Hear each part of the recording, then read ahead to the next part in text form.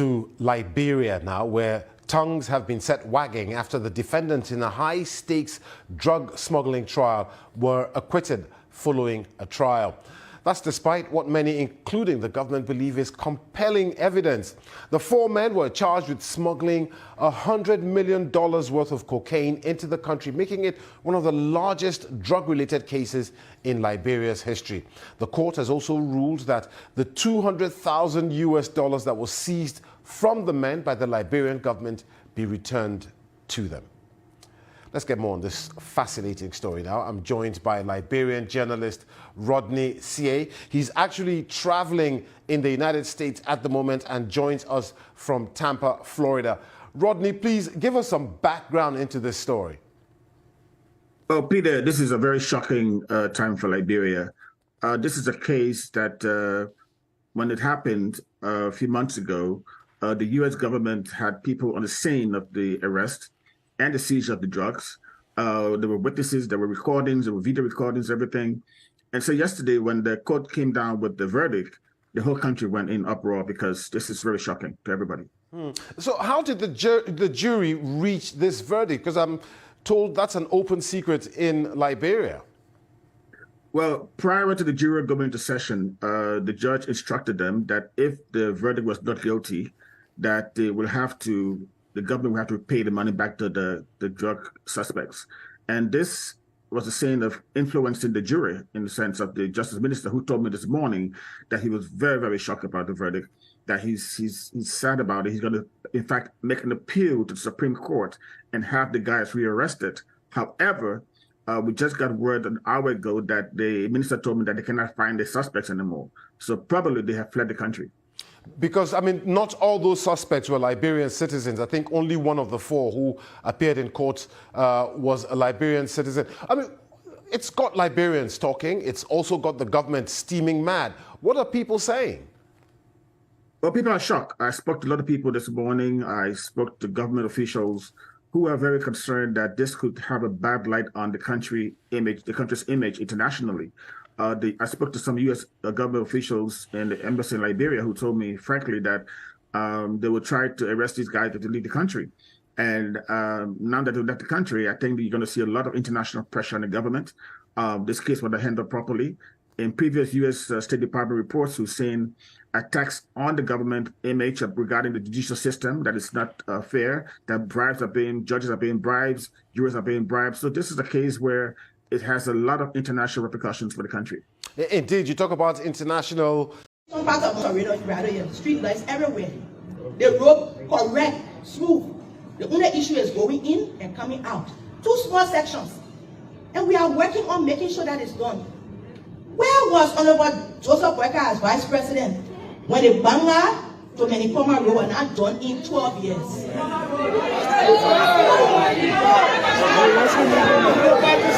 He cannot rescue your own people and used to take you days to go to local.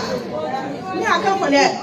So then you can drive almost half a local the road paved. So which one you rescuing now? In fact, you don't have a woman in local. The woman is across the border. And then you got one in Bomia where you don't come from. Go ask the people for his house in local county. You know, we need to be careful. There's some things we want to talk about, but we're talking now because we need the political scene. And we're looking for it. Another thing is, as a leader, if you want to talk about, because I want nobody to tell me the same. I've seen for myself areas that only got stage grade are now being highlighted. They're being built now to 12th grade all across the country. New hospital facilities are being built all over the place. What have they done? You know, the thing about democracy is that you must gauge someone according to their record. For you to say somebody good, you must say this, they did this, they did this, they did the other one. You're just jumping for the blue sky. You have no record, you have no achievement, you have nothing to do that has, and when you stand it up for county, that means you stand it up for all the people. Most of our senators and South Joseph will tell you how tough it is. They have maybe 2 million people under their control. Where is Senator Darius Delos's record of what he has done over the 3 years to fix the problems that we... Why? What? I need to find out what they want to rescue. I think they want to rescue themselves. And I don't want to take my time to start to say so many things. But I want to say one thing. This team that they are putting together on their side, Boyka Kumuti. One know the vice president well. Everybody know. Yeah. So I just want to ask you one question on your press people. God forbid people elect Vice President Boyka as president.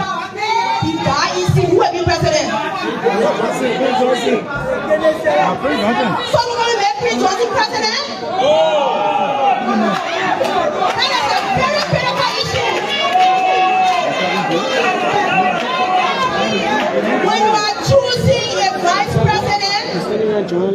When you are choosing a vice president, you gotta be careful.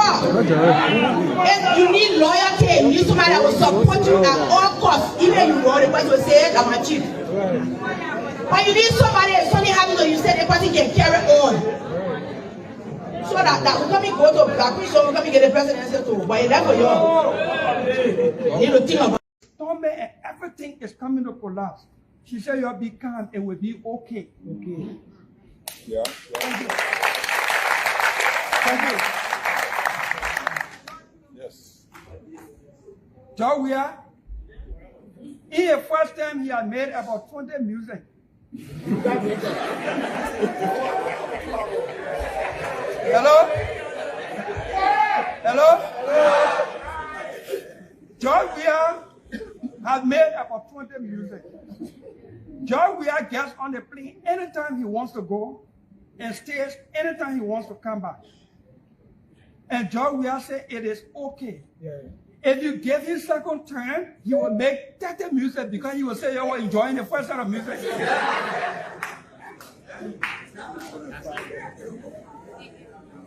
The only thing, however, John Weir has told me, without speaking to me directly, that Dylan, you please look at me, Samuel to and putting me on a hostage. You look at me and know my body language saying you're gonna put me back over there. I beg you.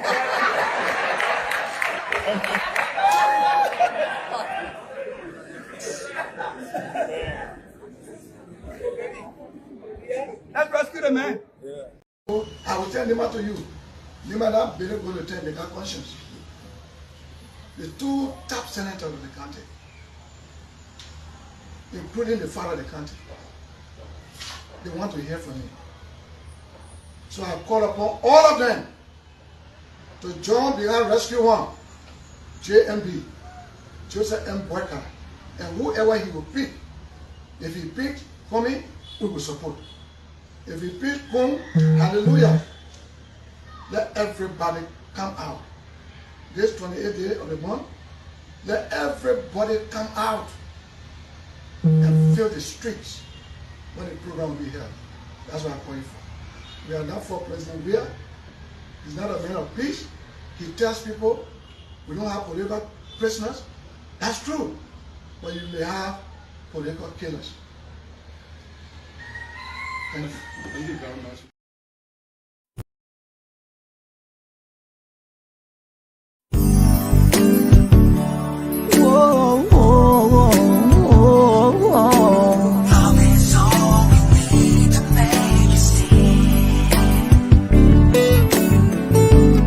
It's the time to come together.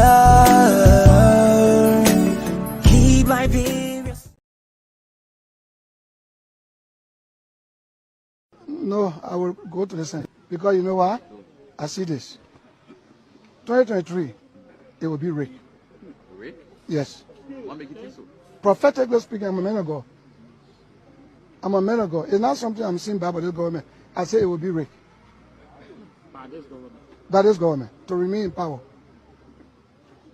Okay? And that will bring the government and the civilians into confrontation. So if I run for president, it is Rick, I will lose both the Senate and the presidency. So did you see the end of that vision? What will happen if it is rigged? I see some confusion between civilians and people. I see more demonstration, I see more chaos. I'm a man of God. The citizens are crying every day, libraries high. Why are all the lawmakers? If it don't happen, what I tell you, don't believe me. Why are the policy are put in place to make things good for the citizens who put you in offices? Well, we do our best, we advise, we But you cannot take the horse to the river and force it to drink. Because if I were president, I would prioritize salaries. Let me see my wife, let me see my daughter. If I make any crime in country, Liberia, please punish me. I not a problem. But I know why I'm coming there. I am coming there to expose Jetty properly. And Jetty, this is I'm telling you live. If you are man, just allow me in Liberia. Let you see me on the same media platform, and I will expose you properly how much money you eat from Liberia people. I will expose you. So somebody is asking on the live, did you bribe to get the Liberian visa to the Liberian embassy in Sierra Leone? Did you bribe to get the visa? All you want to show us your receipts, your payments? I can show you okay, How much the did you pay for the visa? $80, $130, $80, and they give me proper receipt. So show the receipts on the television. Yes, so that I can. Let's see your receipt. Because people want to see. Yeah. Because those are the people only $130 they charge me. They didn't ask me any $1. Okay, so for those of you watching here, is it? He paid to the Liberian embassy in Sierra Leone, and he got the visa. $130 official for money. his official visa that was cancelled here at the Liberian border at 7 Waterside. Yes. And there's a live coverage on The woman who give me visa, and I number also there. Yeah. So The woman who give me visa, she not ask anything. Okay. I just go. She asked me where you will stay. I said there I will stay. Another question to you, Manoj. You just need to cool yourself because I know you're now stressful. I saw a video where you was in a video where the president was saying thank you to what you people did for the church. Yes. What have you to say to the president? Because at times these things are happening. The president and other people in government might not be in the know. That's I know. Can you say something to the president? I believe, Mr. President, I know you are a very good friend for me. But please, through a voice of Liberia, please see what thing is going on with your friend. The same friend who you give thanks in your church. You tell me that, my friend, thank you what you are doing on behalf of Indian community. I, your friend, I'm standing here and I want to see my wife and daughter. Please do not believe Jetty. Jetty eat lot of money in Liberia. And just, Mr. President, give me 10 days. I will expose Jetty. What Jetty is doing, all money for Liberia is not for him. I will prove it. So because I want you now, you are done with the president and you have, is there any issue? You are coming to the U.S. You suck in the basket. I don't want to go another one like you and say, that he will tell you, you're who get more to talk. You're talk. That he will tell you that you're coming to the U.S. You're not supposed to sack the ambassador and you go back. That he will tell you, no, I will not tell you, no, that he will tell you. That he will tell you that you're not supposed to pay the foreign minister girlfriend. And you have to give them mission, knowing that you come to my street. No, I will not tell you. No, let me tell you. Now, you must say that you see that way. Say, so I know nothing about diplomacy. No foreign policy experience. Because you're not a future. Now, you must tell you. No, I will not tell you. No, let me tell you. Now, you must tell you that your government is weakening day by day. You can't see it. Now, you must tell you. I will not tell you, no, let me tell you. Now, people tell you that your people are sent, ask you to investigate them. After you have told the whole country, you will investigate them. They beg you to investigate them. Let me tell you to investigate them for you to know. Let me tell you, Mr. President, ever told you to fire the ambassador 2 days before you arrived?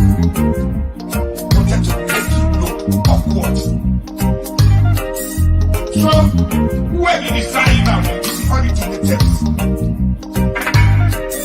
So you and I know that ambassador, something will not be in mind. You will be over. Some parts of Montserrat, rather, you have street lights everywhere. The road correct, smooth. The only issue is going in and coming out. 2 small sections. And we are working on making sure that it's done. Where was Honorable Joseph Walker as Vice President when the Bangla to Manipoma Road were not done in 12 years?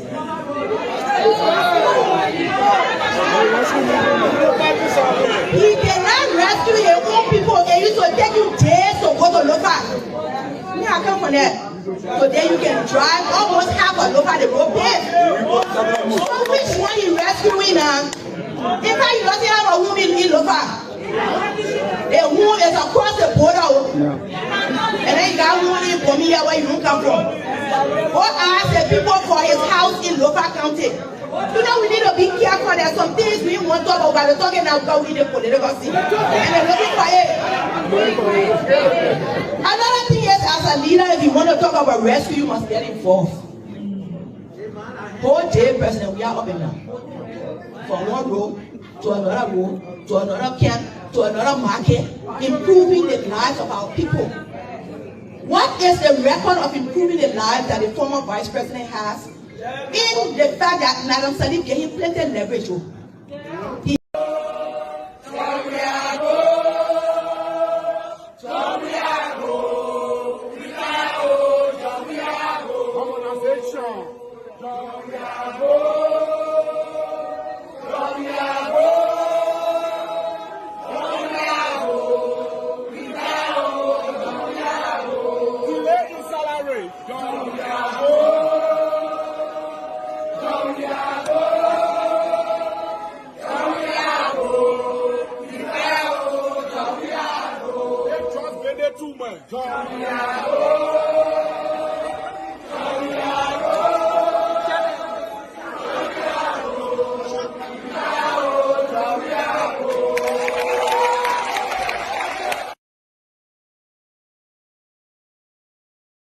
Stormy and everything is coming to collapse.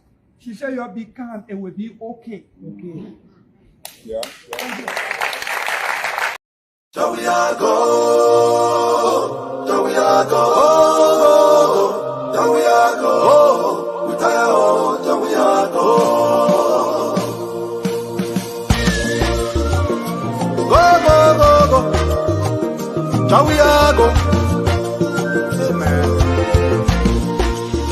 Devils are crying, no. Market women are crying, no. So we are go. We tire, oh, so we are go.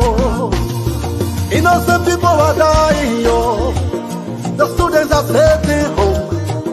So we are go. We tire, oh, so we are go. So we are go. So we are go. So we are go. We tire, oh, so we are go. So we are go.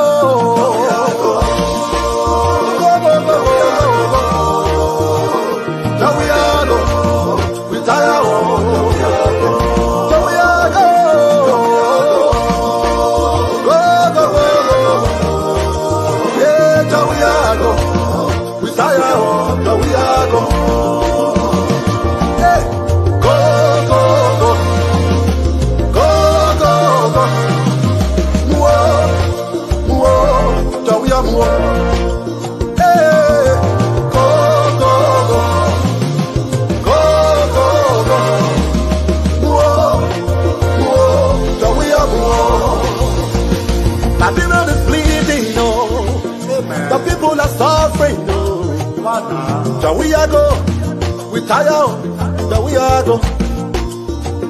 We tire with the hunger, we tire eating curry, oh. So we are go, we tire, so we are go. Musicians are crying, oh. Hospitals are empty, oh. So we are go, we tire, oh. So we are go, so we are go, so we are go.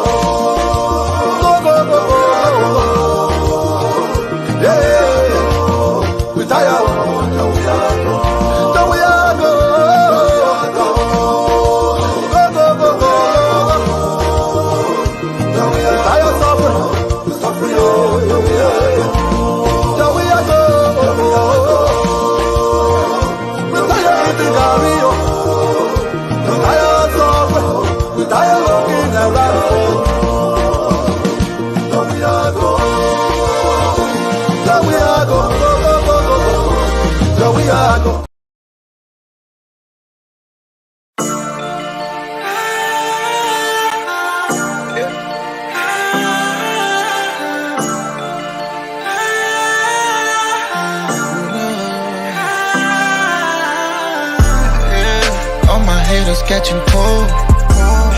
From head to toe, I'm in my zone. Why play you when I had no money? Like now you acting like you know me. Who you are, yeah, who you are, yeah. You know me, but I don't know who you are, yeah. Flexing on these bitches in my new designers, yeah. I know bitch more frankly, I don't know who you are, yeah. They been tryna hit a bullet, but this is my time, I own this Rolex. Switch it up, baby, tell me what you want, I got what you need, no, don't check.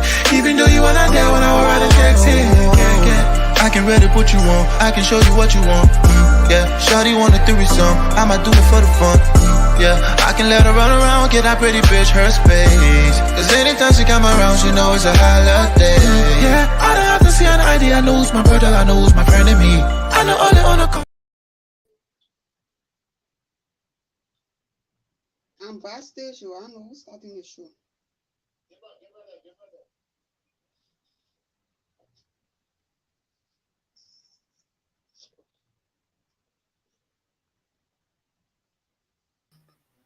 So let me say good morning, good evening, good afternoon, provided where you are listening from. This is the Diaspora Talk.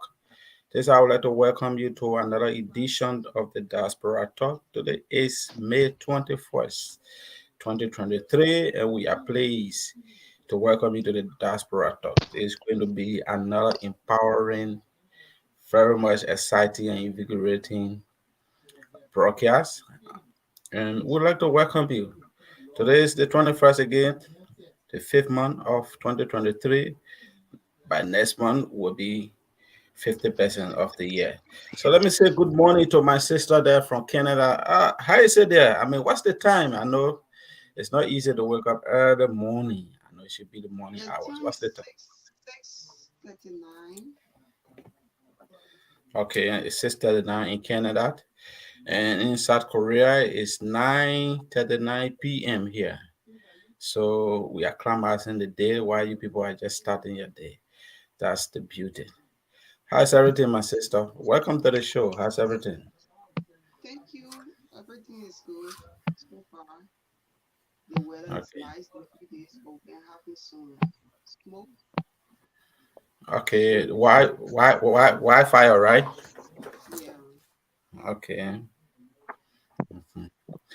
Okay, as well we do. I mean, now we are taking off our jackets. I mean, we're wearing sweaters. Now we are trying to start wearing t-shirts because it's getting hot and hotter here. So again, I would like to say welcome to the show. Today we are going to look at so many issues affecting our country. As we all know, there are plethora of problems that are hindering the progress of Liberia, and we are going to look at this thing today. We are going to be discussing, so stay tuned. We'll be right back. After this break, we'll be right back when we have a full house. So don't go, stick and stay. It is 9:40 p.m. in South Korea. Don't go. And you say it is what, 7:40 now or what? 6:40. Yeah. Okay. Thank you so much. So we'll be right back. Stay tuned. Legitimate financial institutions around the world. Corruption is a social danger because it feeds organized crime. It destroys nation states. It imperils opportunities, particularly for women and girls. It facilitates environmental degradation, contributes to human trafficking, and undermines whole communities. It destroys the future. Corruption is a radicalizer because it destroys faith in legitimate authority. It opens up a vacuum which allows the predators to move in. And no one knows that better than the violent extremist groups who regularly use corruption as a recruitment tool. Corruption is an opportunity destroyer because it discourages honest and accountable investment. It makes businesses more expensive to operate. It drives up the cost of public services for local taxpayers, and it turns a nation's entire budget into a feeding trough for the privileged few.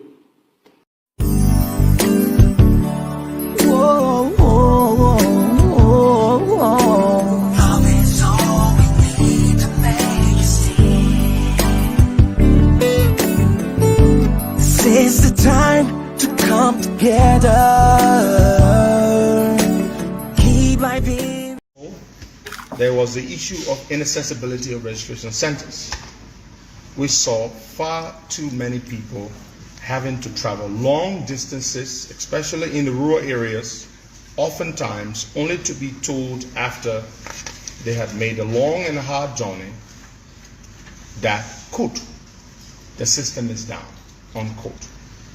This is a clear attempt to disenfranchise certain segments of the population and undermine the democratic process. In light of this, let me strongly re-echo the fervent call by the leader of the opposition, former Vice President Joseph Yeman Boakai, that the voter registration period be extended to allow all eligible Liberians to register so that they may be able to exercise their God-given, constitutionally guaranteed franchise in the all-important October 10, 2023 general and presidential elections. As we move forward to the second phase of the biometric voter registration exercise, we demand that the NEC do a much better job. They must ensure that the exercise is conducted with fairness, transparency, and efficiency. They must take steps to address the system failures that plagued the first phase and put in place measures to prevent voter suppression. Meanwhile, the grinding poverty that continues to afflict our people, more so now than probably ever in our nation's history, weighs heavily on me and all well-meaning Liberians. We are not oblivious, however, of the perennial and sad reality that Liberia has always been one of the poorest countries in the world, with over 60% of the population almost always living below the poverty line. But the inexcusably patent incompetence, underpinned by woeful negligence and breakdown in law and order, coupled with the lack of leadership of President George Weah, has only exacerbated the poverty situation.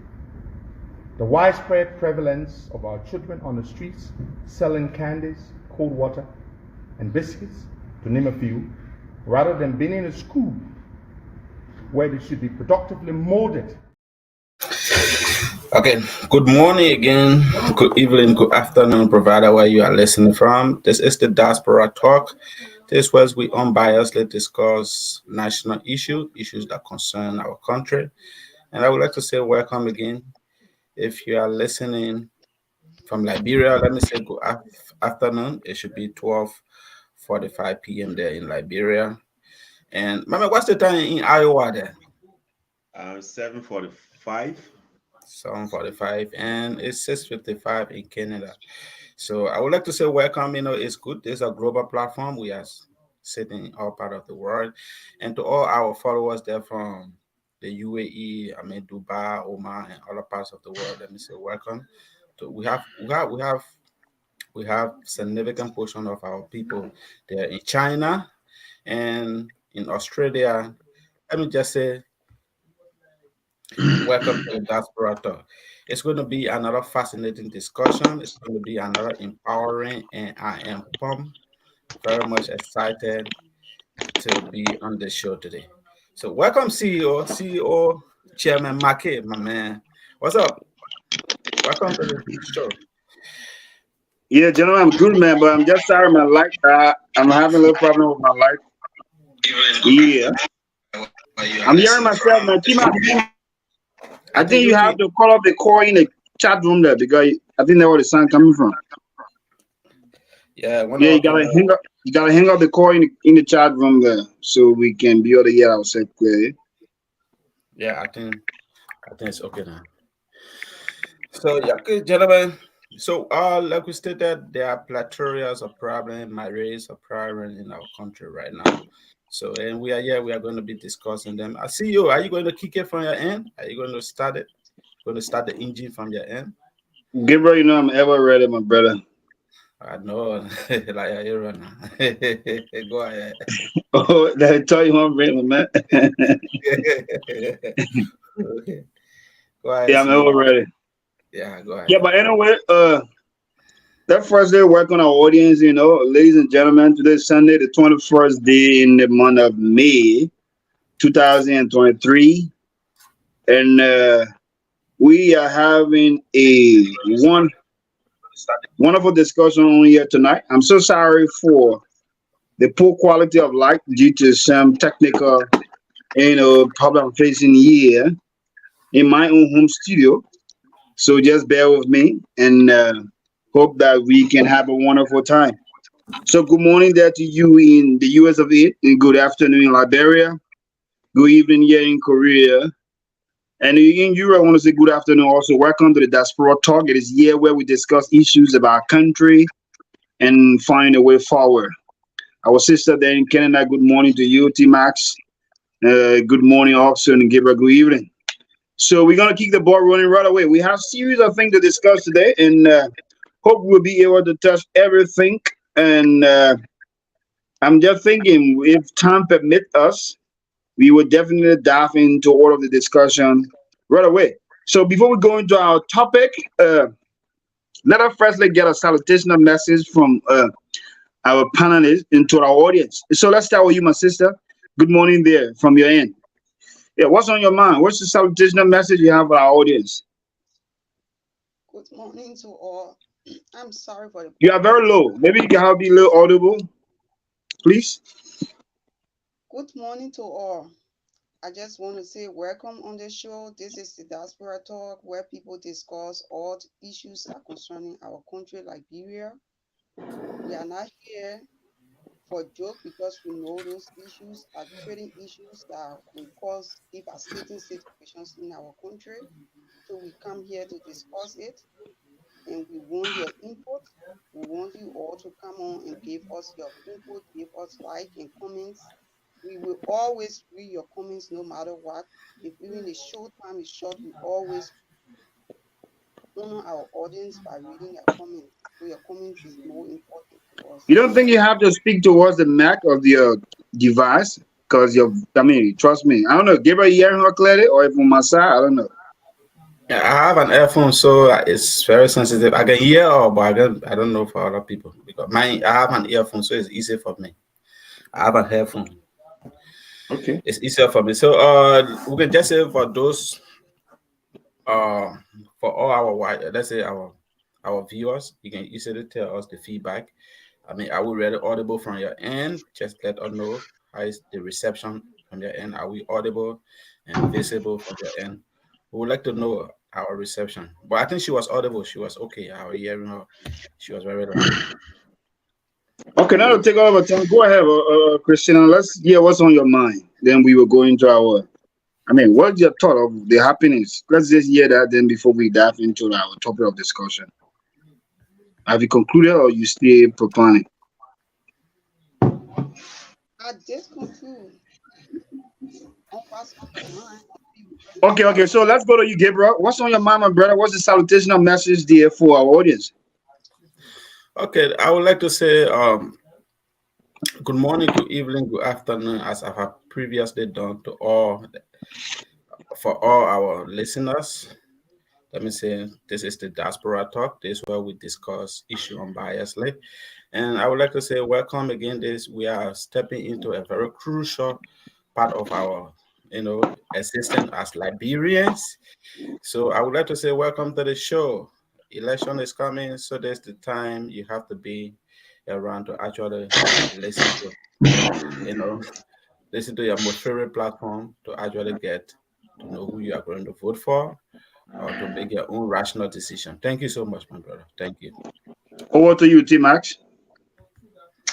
Yep. Good morning, CEO. Good morning to the rest of our panelists. It's great to be here this morning and discussing these important issues. I know we are getting closer and closer to the political season in Liberia. And I think it's important that we make it our duty to inform the Liberian people and also share ideas with our viewers and our followers. But it is great to be here this morning. Thank you, CEO. Let's hear from our CDC sister. What's up, my sister? What's the salutational message to our audience?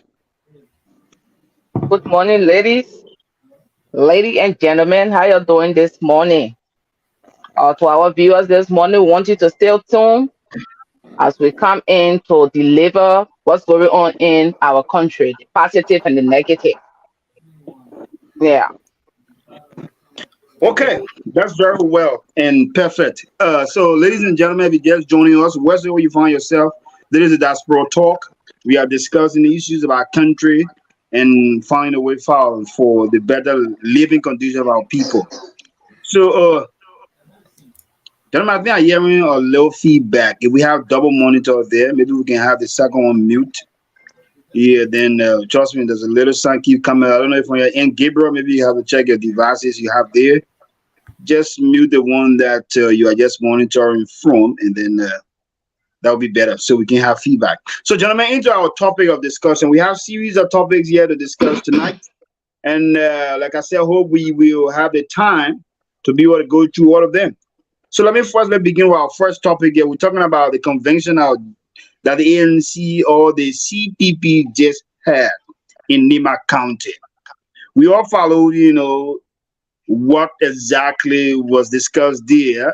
Arizona Cummings became the Senate bearer for the CPP, and the CPP just comprised of one political party and a half. The reason I stay hearing our feedback, gentlemen. I don't know which one of you guys. Yeah, so maybe we can just have our mic muted when our time reaches, then we can be able to speak. I'm muted from my end. I don't know. Let me just. Yeah, so my question here to us all is this.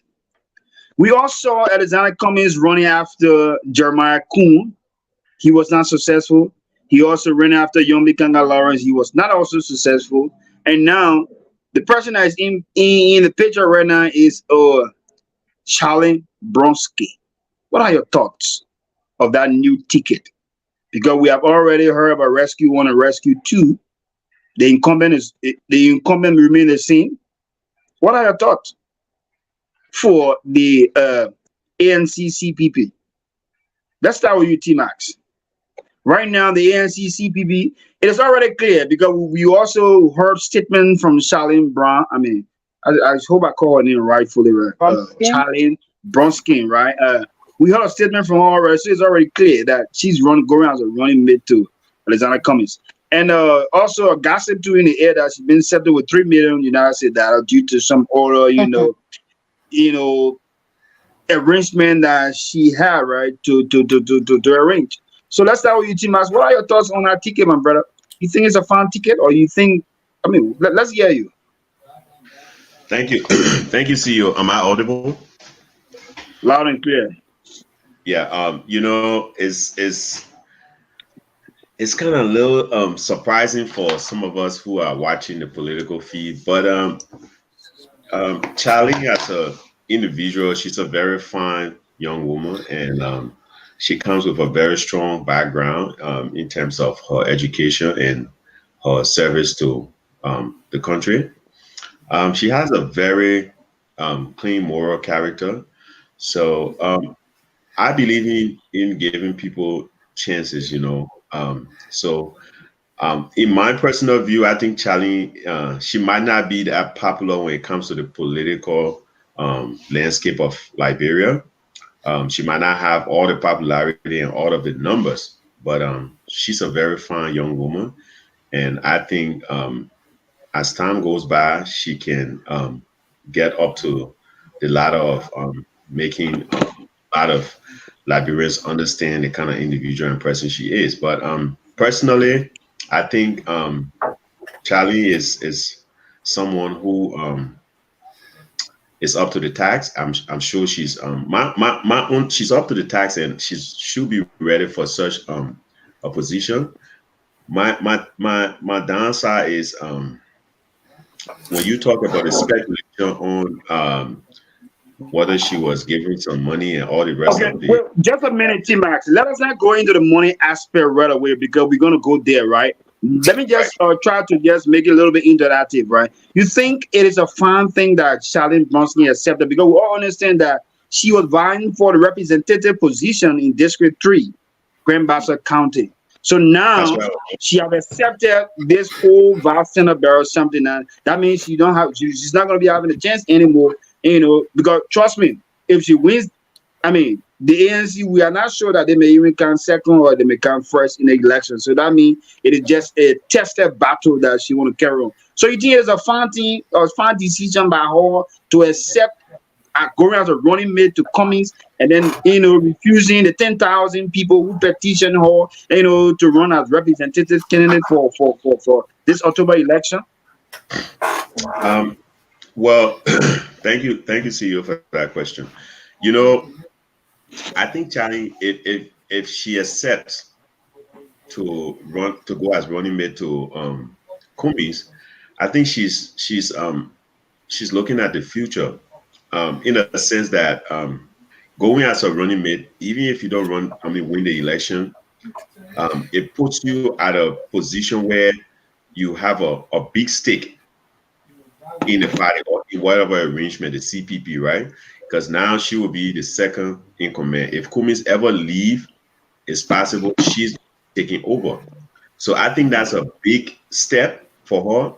Yes, going to represent your people in the House is also something big, but I think that's a much bigger step for her from where she came from, not being a politician and all these offers are just running her way.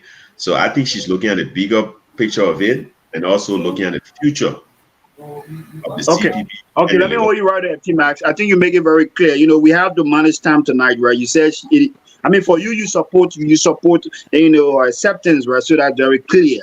Let's hear from our sister that is, I want to believe that she's somehow affiliated with the Liberal Party. I don't know which faction is the Liberal Party, because the Liberal Party now have been split into factions, right? So, Christina, let's hear from you. What do you support from the CPP or from the Liberty Party?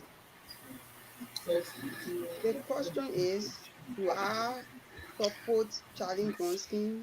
Chris, you gotta be low audible. I think you low. Yes, it's very low, very very low. Low. Come closer to the device. Yeah, I think it's much better. Yeah. Okay now. Yeah, the question is this, right? Because I know you are affiliated with the Liberty Party, and we know the Liberty Party have two factions. So, what do you support from the Liberty Party? What do I support from the Liberty Party? I support the legitimate aspect of the Liberty, not the legitimate aspect that finger the thing with documents that make the party to be devastated right now, that make the party to be divided. No, I chose the side of Senator Nubi Kanga Lawrence because when Councillor Bronsky was leaving, can we mute our mic, please? I know if it is you, African, or which one of us. Can we just mute our mic? Because there's sound coming while she's talking. Go ahead, Christina. He actually told us that Nyombi is his daughter and he was leaving Nyombi in charge as a political leader. And that should be highly respected because up to his death, he left Nyombi as a political leader for the party. He always trusted Nyombi, trusted her ability and what have you. If Nyombi and Darius Delon caused the chaos by giving power to the Mandingo man, Mr. Musa Hassan Belete, sorry to be tribalistic this morning, to Musa Hassan Belete, that was something that we can hold them responsible for, but it's not something that Charlene should follow because she know the legitimate part of Liberty Party hail from Grand Bassa County, not from Nima. Thank you. I think she make it very clear that she support the Yombly faction of the Liberty Party, and she's dying feel what happened with in the ANC or the CPB this gone time in Nima County. Alfred, let's hear you. What are your take on the ANC or the CPB new arrangement to fund their rescue 2? Which is being very clear now. Me right about rescue 2 because you asked me about which faction are something, and I had an input on the issue of picking Charlie. Right, CEO, your questions were different. Yeah, I mean, you flipped the question around. I just wanted to get a simple answer from her because if she supports Charlie Bronsky, she will not be making such comment as she just made. You understand? No, So but you I can give just me try to. the benefit Oh, of the okay, no doubt. problem, no You problem. can I will give me give the you 30 benefit of the seconds doubt. You to don't just get respond sure. quickly on that. What do you make of the new Are you ticket, the new rescue one and two? Are you my time to you on this conversation? Quiet. You got My man, 15 Alfred, minutes. hold say that, Thank my you, man. Alfred. You so gentle. Okay, let's hear you. Go ahead. What are your take on the new rescue one and rescue two from the CPPANC? It's not rescue one. I think it's different thing now. Fixer one, It's fixer fixer two. one and fixer two. I Ah, think it's fixer. Okay, sorry. Maybe that They choice still will work for me. changing.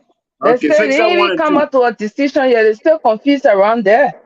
No, it is fixer clear. It is one. clear. It is Fixer clear with one. Charlene Bronski. Fixer one choosing fixer two as his running mate. It's something questionable because in the political vanguard, you should have the political capital. Does Charlene Bronski has that political capital to bring to the table? The reason why Joseph Walker went to Nima County because Jeremiah Kun has a political capital that he had invested in over the past years that can make Joseph Walker to have maybe 35% of Nima County. But in Charlie Bronski put that in Grand Parcel is vice versa. Charlie Bronski cannot. Charlie Bronski gets into the political arena. She's a new person in the political vanguard. But let get clarity. Let get clarity. When you say political capital, are you talking about finance or are you talking about numbers? I'm talking about numbers. When politicians speak about political capital, they are speaking about numbers. I think you heard Senator Olan kind of freezing. Yeah, you come in broken. So we'll just flip right away because we don't have much time. on his Okay, own talk go show ahead. when she said that on one of the talk shows I was listening to her, she said that she loved Darius Dillon because Darius Dillon have a political capital, meaning he has the numbers in Moserado County and other counties.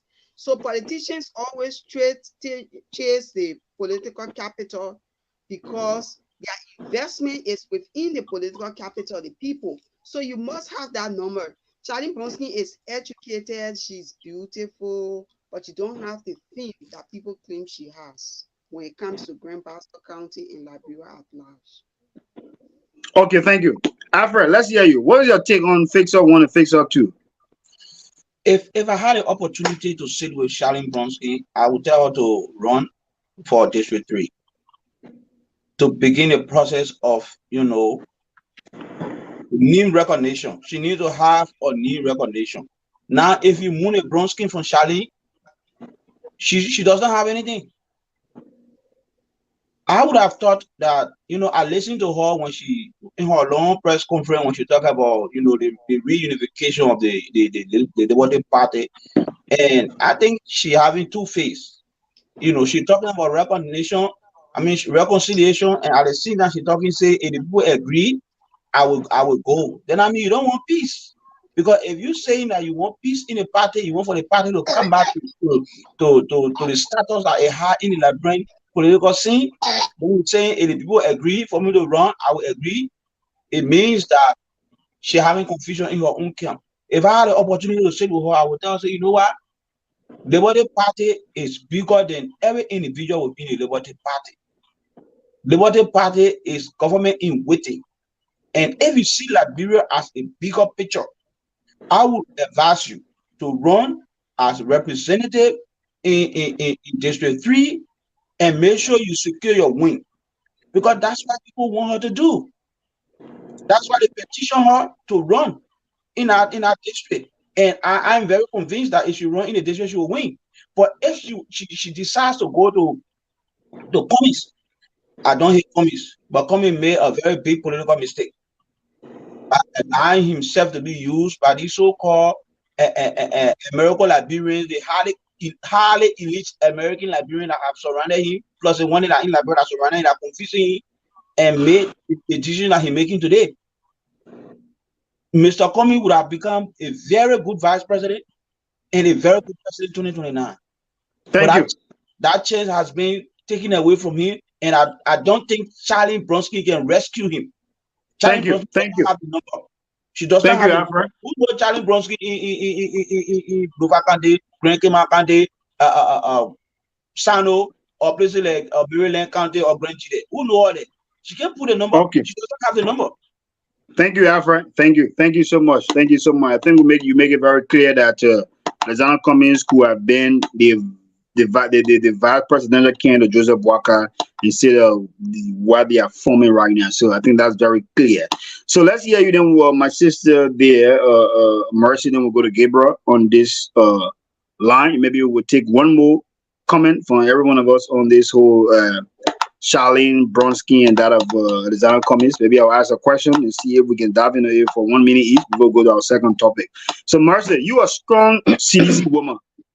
You think this ticket, Fixer 1 and Fixer 2, is a threat to the CDC? Or what are your thoughts for them if you were, it could be your advisor to them? Fixer 1, Fixer 2, Fixer 3, Fixer whatever. They can never be threat to the CDC-led government. There is no political party right now that is outstanding to our necks. We're going to beat them one, and that's it. You know why? Every time I say it on the show here, it's something repetitional. I tell you people that these people, they are not united. Can you imagine as a father in your dying bed, leaving your kids with their oldest, and your oldest you left back with your kids cannot make decisions on behalf of your kids? That's what's happening in the Liberty Party right now. Councillor Charles Walker Bromsky left his party with Nyomli Kanga. They betrayed Walker Bromsky. I am a seditious, but I know what is good. I know when you are tripping. I know when you are missing your hole. I'm speaking in parable this morning.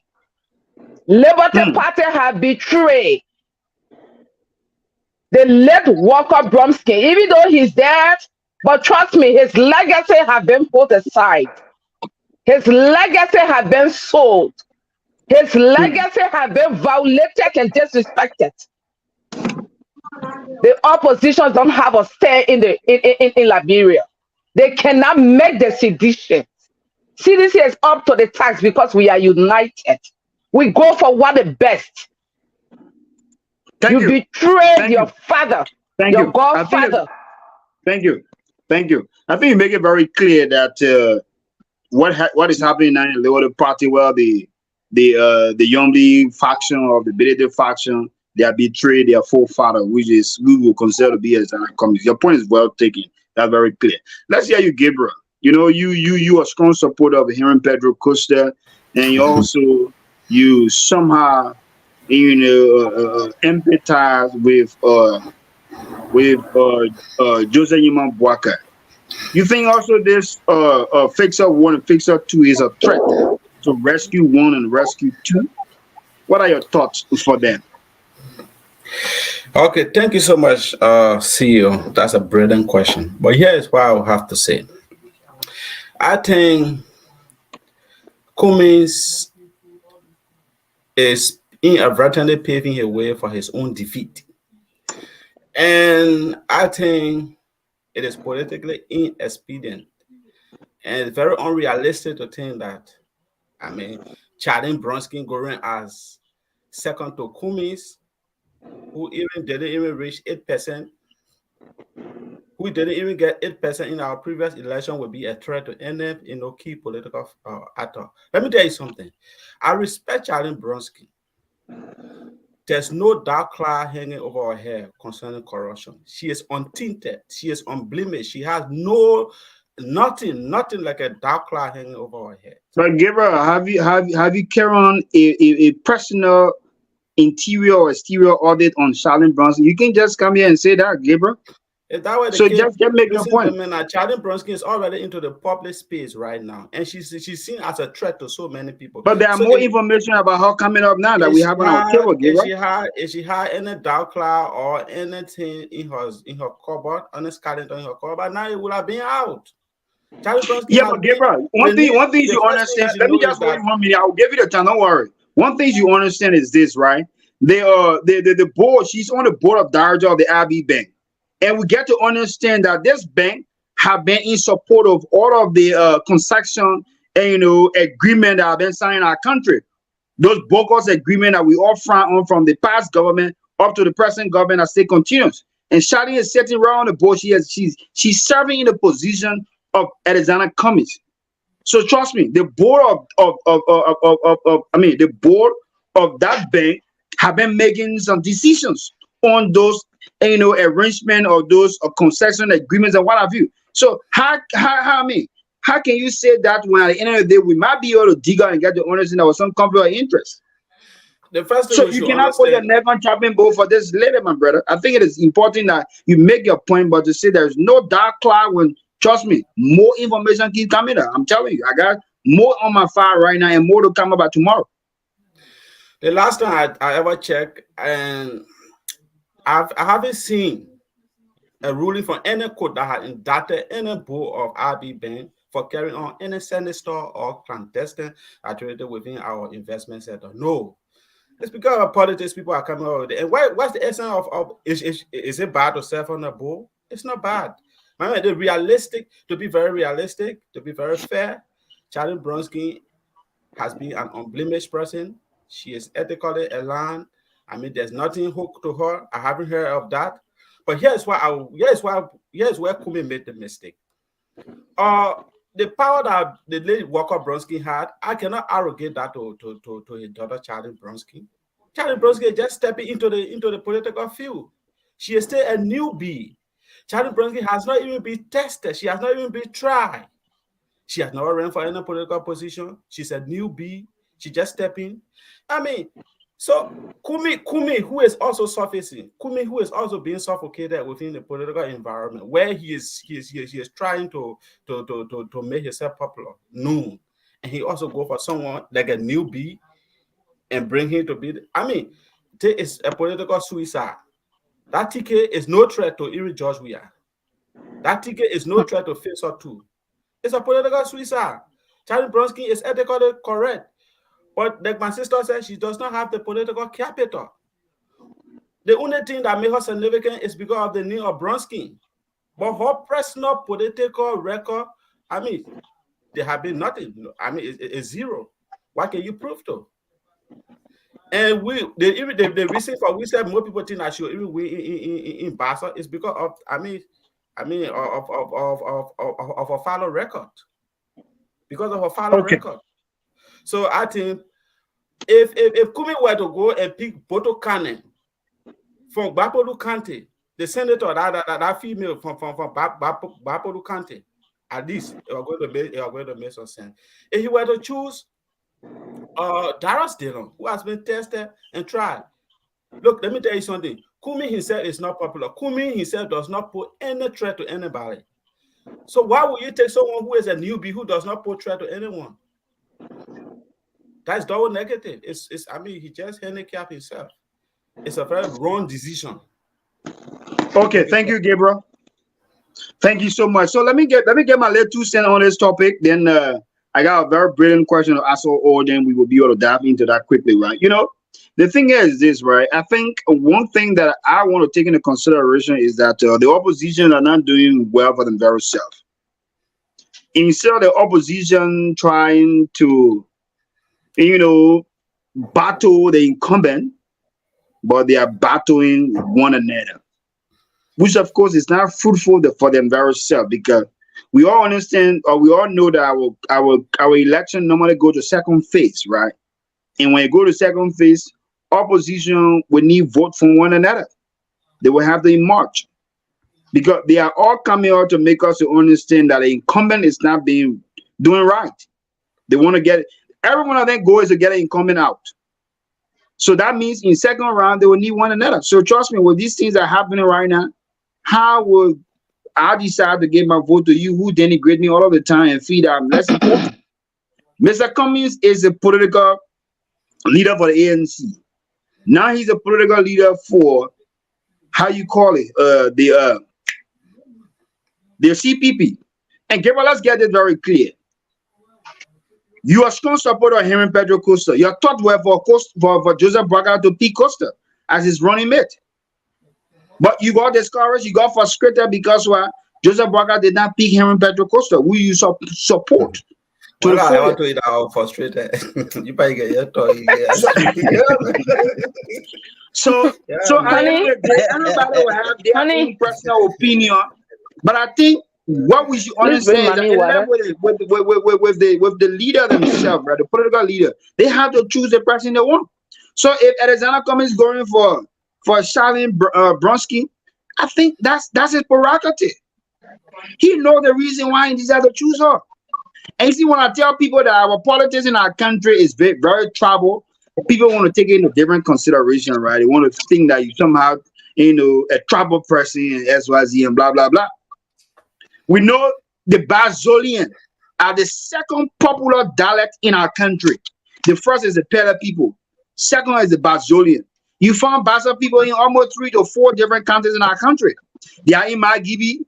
Talk about Maserati, but they are more in Maserati. I might want to believe that the Bazolian and the Bongis, they are more than any other tribe in Maserati.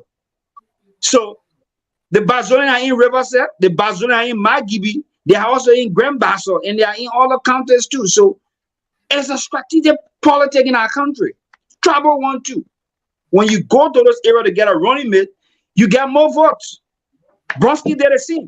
He went for Harrison Conway for Nima County to be able to get vote from the Nimbadians.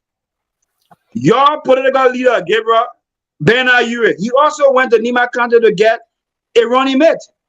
2017 election to be able to get more votes from there. Ellen Johnson said he had to bring Free Johnson very close to her to be able to get support from the Nimbadians. So in short, I think Alexander Cummings is not in error. This man is a political leader for his party, and we should understand that he has the right to choose whosoever he want to choose. All that we can be looking up to right now, if we will have to take a side, is that the second term, if these opposition political parties are going to emerge to defeat the incumbent. Having the right to choose who you want to choose is not what the people want. Excuse me, let me come in. It's not what the people want. No, the people want you to take them for victory. Then we still want to talk on this. Then we'll do a they second round. They want you to take them for victory. They are not concerned about who you feel like taking. Let me conclude. This is not about who you feel like taking. Let me conclude. We all understand that it is the prerogative of the political leader to choose his vice running mate. The same thing happened with Rescue One.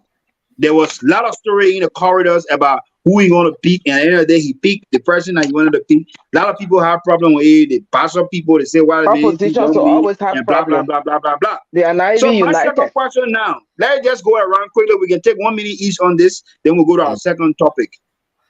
Do you think that the political leader should solicit views from their supporter before selecting a running mate? I'll start with you, Mercy. Yes. The people in your party, your supporters, those people have eyes on their heads. They know what good at times. You talking about Cummings have the right to choose who he want to choose. Now what the opposition wanted. The opposition want Cummings to take them up there for victory. The opposition want for Boakai to take them up there for victory. Now who you care about, now who you want to choose, now what your heart want, is what the Liberian people want. These people that they are taking, they are not trying to us. You take Charlene, look, let me tell you, if I could meet her today, I would have told her, Mama, step down a little bit. Go to District 3, build a political upbringing, win that election as a representative, and we can start it from there. But instead, as a VP to Cummings just let you guys down. Those who are supporting Cummings, you never did work for Cummings. And Cummings probably, he don't even listen to his supporters. He don't listen to his people as well. That was one of the biggest mistakes Cummings are made by selecting Charlene. Charlene is capable, she's educated, eloquent, outspoken. But she shouldn't have gone for that post to be a vice president. No, she should have started from the beginning. So that's a no-go. Opposition want winning. They want victory. They want who you feel like choosing. I'm not an opposition. I'm from the ruling party. But I can speak on behalf of the Liberian people. Thank you. Thank you. Thank you. Let's take 1 minute on this ease, gentlemen. You know, let me just make this comment, then I go to you, Gabriel, then we start it again, right? You know, the importance of the political leaders selecting a running mate. If you understood from Joy Howard Taylor, the statements she made are recent, you need a running mate to be somebody you trust, somebody you had confidence in. It's not because you trust the person mean that I would trust that person too. No. I have to carry on a survey, a perfect survey to understand who the person is, what they made of, and XYZ and blah, blah, blah. Because trust me, we all understand that when the president is no more tomorrow, that vice running may become the president proper. So that's one of the simple things. That's why you see all the political party constitution does not state that the standard bearer will have to consult or get decision from the body before having a running mate. It is a decision left by the standard bearer or the political leader for a political party to select or appoint a running mate to he or she. So let's hear you, Gabriel. You think it is banning on the political leader to solicit view from his supporters or to adhere to the decision from the supporter to say, oh, yes, Henry Costa will want for you to carry. You want to carry Henry Costa? Okay, firstly, let me conclude on my last point where one reason why I showed it, and I truly believe that it was, a wrong calculation from Mr. Kumi's side. Look, let me tell you something, my brother. I told somebody, if the day I earned a doctor degree, I become Dr. Massacre, and I want to enter into the Liberian politics, I'll remove the doctor from there. Let me tell you something, my brother. I'm not trying to condescend on our Liberian people. Our Liberian people do not really, they don't really gravitate towards people who are, who prove to be highly educated. They repel against you when you call yourself doctor. You try to speak. Look, the first thing we should know is that Kumi has been stereotyped as having a lot of people, they call them the educated elites. You get me? Then the wrong thing he made, he went again and tell another educated person who they saying is a Congo person and make that. Why wrong with going for someone like the Bodo Cannon? Country woman that sorry for me being a little bit troublous, for me a little bit for me being a little bit discreet of her. Bodo Cannon, she's a country woman. Okay, Kumi, the people already say you Congo man, then go for country woman. You Kumi, why are you going for Bronsky? You're highly educated. Why are you going for a highly educated person? You get me? The first time I ever heard of voter perception survey was from the ANC. But it's that they didn't learn from that voter perception survey. Look, my brother, you have to make the thing a little bit, settle. You have to break the balance. Okay, look at this man. Look at JMB. Gabriel, let's stick to our question because we don't have much time, right? Trust me, we have all of the time to discuss this thing. Do you think that it is important that the political leader or the standard bearer solicits view from the supporter or adhere to the decision from a supporter who's for he to carry as a running mate? Okay, that's the question. I believe in participatory leadership. I believe that leaders should solicit views from their followers. You cannot just be fixated upon your own idea and you think that you are a good leader. Who are you leading? You are leading the people. So you should solicit, you should solicit view from them. You should hear from them. You should dedicate tasks to them. Don't just sit and just do anything. Yeah, but hearing from them is also different from adhering to the decision. You can hear from them, but you cannot act on the decision that they made. That's the question I want you to respond to. Right. So I think it is better to ask the people, solicit their view, because you don't know all. You don't claim you don't know or solicit their view. Who do you think I can carry? I mean, my man. And then take the decision. That's what you are trying to say. Take the decision of your supporter. Where your supporter say you should, who your supporter advise you to take, that's the person you should take. If that decision are right, then I mean you adhere to you listen to them. Oh yeah. Who are you? How will you know it's right? Okay, thank you, Gabriel, on that. Thank you, Gabriel, on that. Yeah. But let's hear from T-Max. Let's hear from you, T-Max. What's your take, my brother? You think that as a political leader, you should take decision from your supporter on who to carry as a running mate? Thank you, CEO, for that question. But I mean, the reality here is we all, as humans, or political leader, it's important to listen to your followers and your supporters, right? That also help you to make a better decision. But it does not mean that whatever your supporters say is what you just have to go by. Sometimes it helps you make a better decision because whatever they brought forth, and based on your own thinking and your own analysis and your executive, if it blend together and makes sense, yes, you can come up with that decision. If something is off about what the supporters want and what you stand for as a standard bearer, well, that's something you can go back to your people and say, yes, I hear you guys, but because of XYZ, I think we decided to do this. So it's not because the supporters want it, you should always do it. I don't believe in that. Thank you. Thank you, Tim House. Let's hear from you, Christina. I think you got a question already. Then we will run over to Afra, and then we'll go to our second topic. Christina, are you with us? Party has a national executive committee. That national executive committee is given the power to implement, to solicit, and to be able to guard the political leader. So the national executive committee of the ANC should be the one making suggestions to the political leader. They solicit views from outside, put it together, analyze it, and come back to that political leader with decisions, ideas. So I don't know what the National Executive Committee of the ANC, are they really soliciting ideas? Are they getting input from the people? Are they coming back discussing with Alexander Cummings, or Alexander Cummings is making decisions unilaterally on his own because he's the political leader? He has the political capital, so he can do whatever he chooses to do.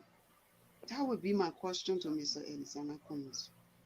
But when it comes to going and doing an opinion poll, not every opinion polls are facts. Some opinion polls may mislead you. So not every opinion polls from the public, the political leader can take to make decisions. We saw it during Joseph Boakai time. Everybody was gravitating towards Senator Kanka Lawrence. Jeremiah Kuhn was not in the picture, and he did his political mathematics. The National Executive Committee, they came to one conclusion, and they finalized on the name Jeremiah Kuhn. So we expect Cummings to do the same, and we trust his ability to do the same. Choosing Charlie Bronski will be one of his political suicides that he will ever commit. Thank you. Afra, let's hear you. Well, I would just say this. No man is an island. So you as a political leader, you are not an island. Just what my sister said. You have a national executive committee. Most of the decision in terms of policy is derived from the national executive committee. These are people, vested people, who more or less are local. They will go out there and they will solicit the view of the people, your supporters, and they will see exactly what's going on within the country, and they can advise the Senate Bureau or the president in waiting, with suggestions on how he can, make decisions. So with regards to Mr. Cummings, like I said, the formation of the CPP was the best shot for Mr. Cummings to come on board to be the next president of Liberia. Unfortunately, like I said, what my brother said, right now Mr. Cummings is being heavily stereotyped by the local people.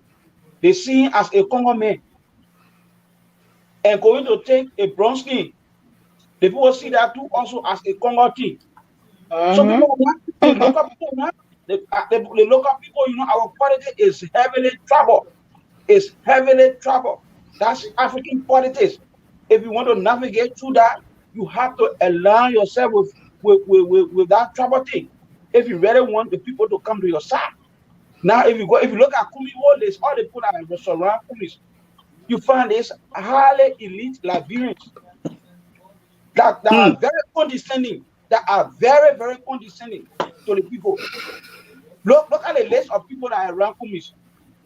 Which one the chairman that you find like from Papa District, from where I come from, that resign in Papa District, but he's a chairman on the Kumis campaign? You can't find it. All these people that are around Kumi, that. So do you think let's get to the question first. So you think that Cummings will have listened to his supporter to make a decision for his running mate? What I think Cummings should have done from the very beginning was to listen to the Liberian people. Look, politics is about the movement. It's about the movement. We can go back in our Liberian history and look at our politics. If you go back to 1997, the political wind, it was blowing towards Chancellor. You came on mine, you came on fire, I will vote for you. People went for that. Ellen came second in that election. Ellen, who were all around the place, she came second in that election. You came on fire, you came on mine, I will vote for you. 2005, what we got? Ellen will win, everybody follow with that. So you have to look at the movement. Look at what the people want, and you go ahead if you want to lead them. Mr. Kumi came, everybody said he was a new man. Remember 2017, Mr. 2011, they said Mr. Kumi is a new man, he's a new man, he's a new man. But how he was stereotyped, new man. Nobody voted for him. 2017. Okay, thank you. Let me just end this quickly. 2017, we saw the same thing happening, right? Now, you have Mr. Kumi who have tried his best to kind of settle down with the Liberian population. The Liberian people say, Mr. Kumi, you know what we want for you to do? So we know you are a new man. Run with Joseph Boakai. Be a vice president.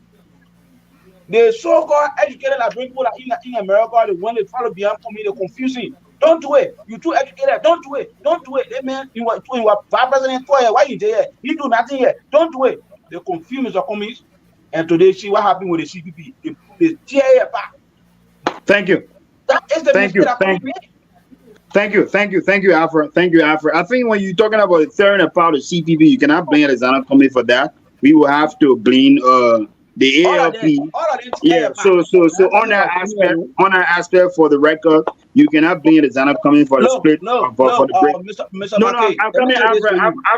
Let me just conclude on this. We got a breaking news. We got a breaking news that I have to bring to the platform and our audience right away. So just hold on a minute, Alfred. I'm just trying to make some clarity. Yeah, it is not a confrontation, right? I'm just trying to make some clarity.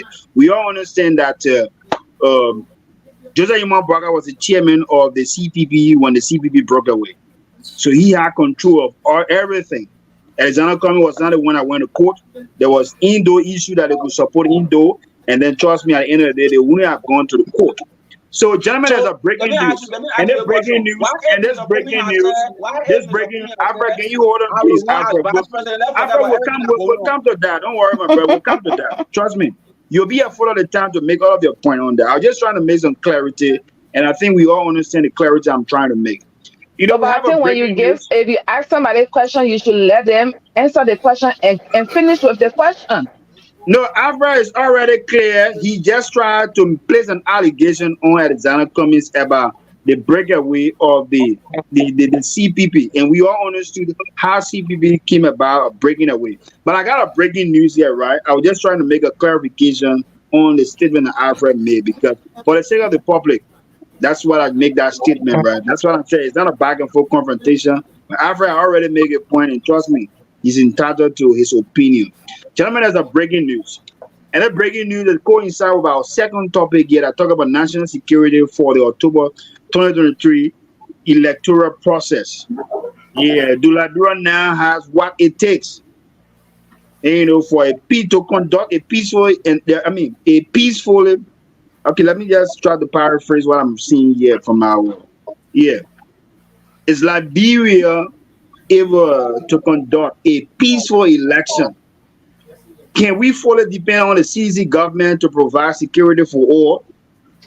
If on the other hand, many politicians believe Liberia National Police are party, CDC police.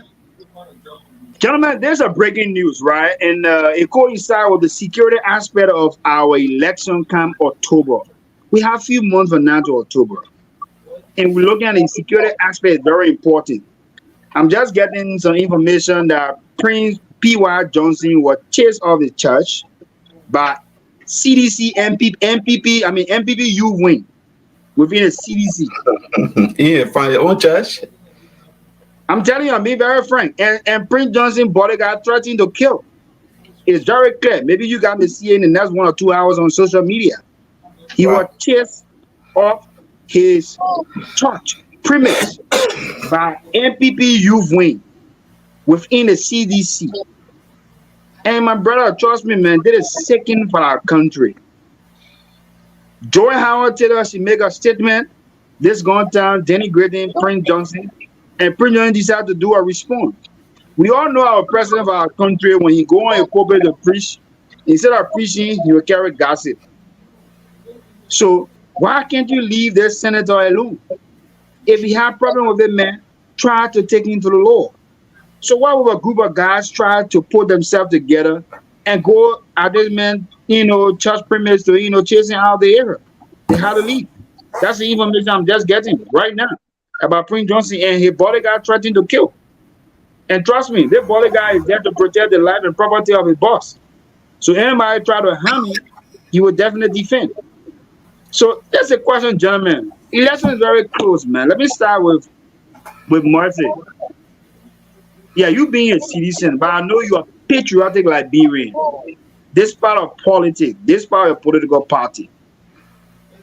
Right now in our country, the $100 million drugs that were found in our country, it gone scot-free. Those that were apprehended have been free. They're not in the country anymore. The news are on BBC. The court decided to even release the people.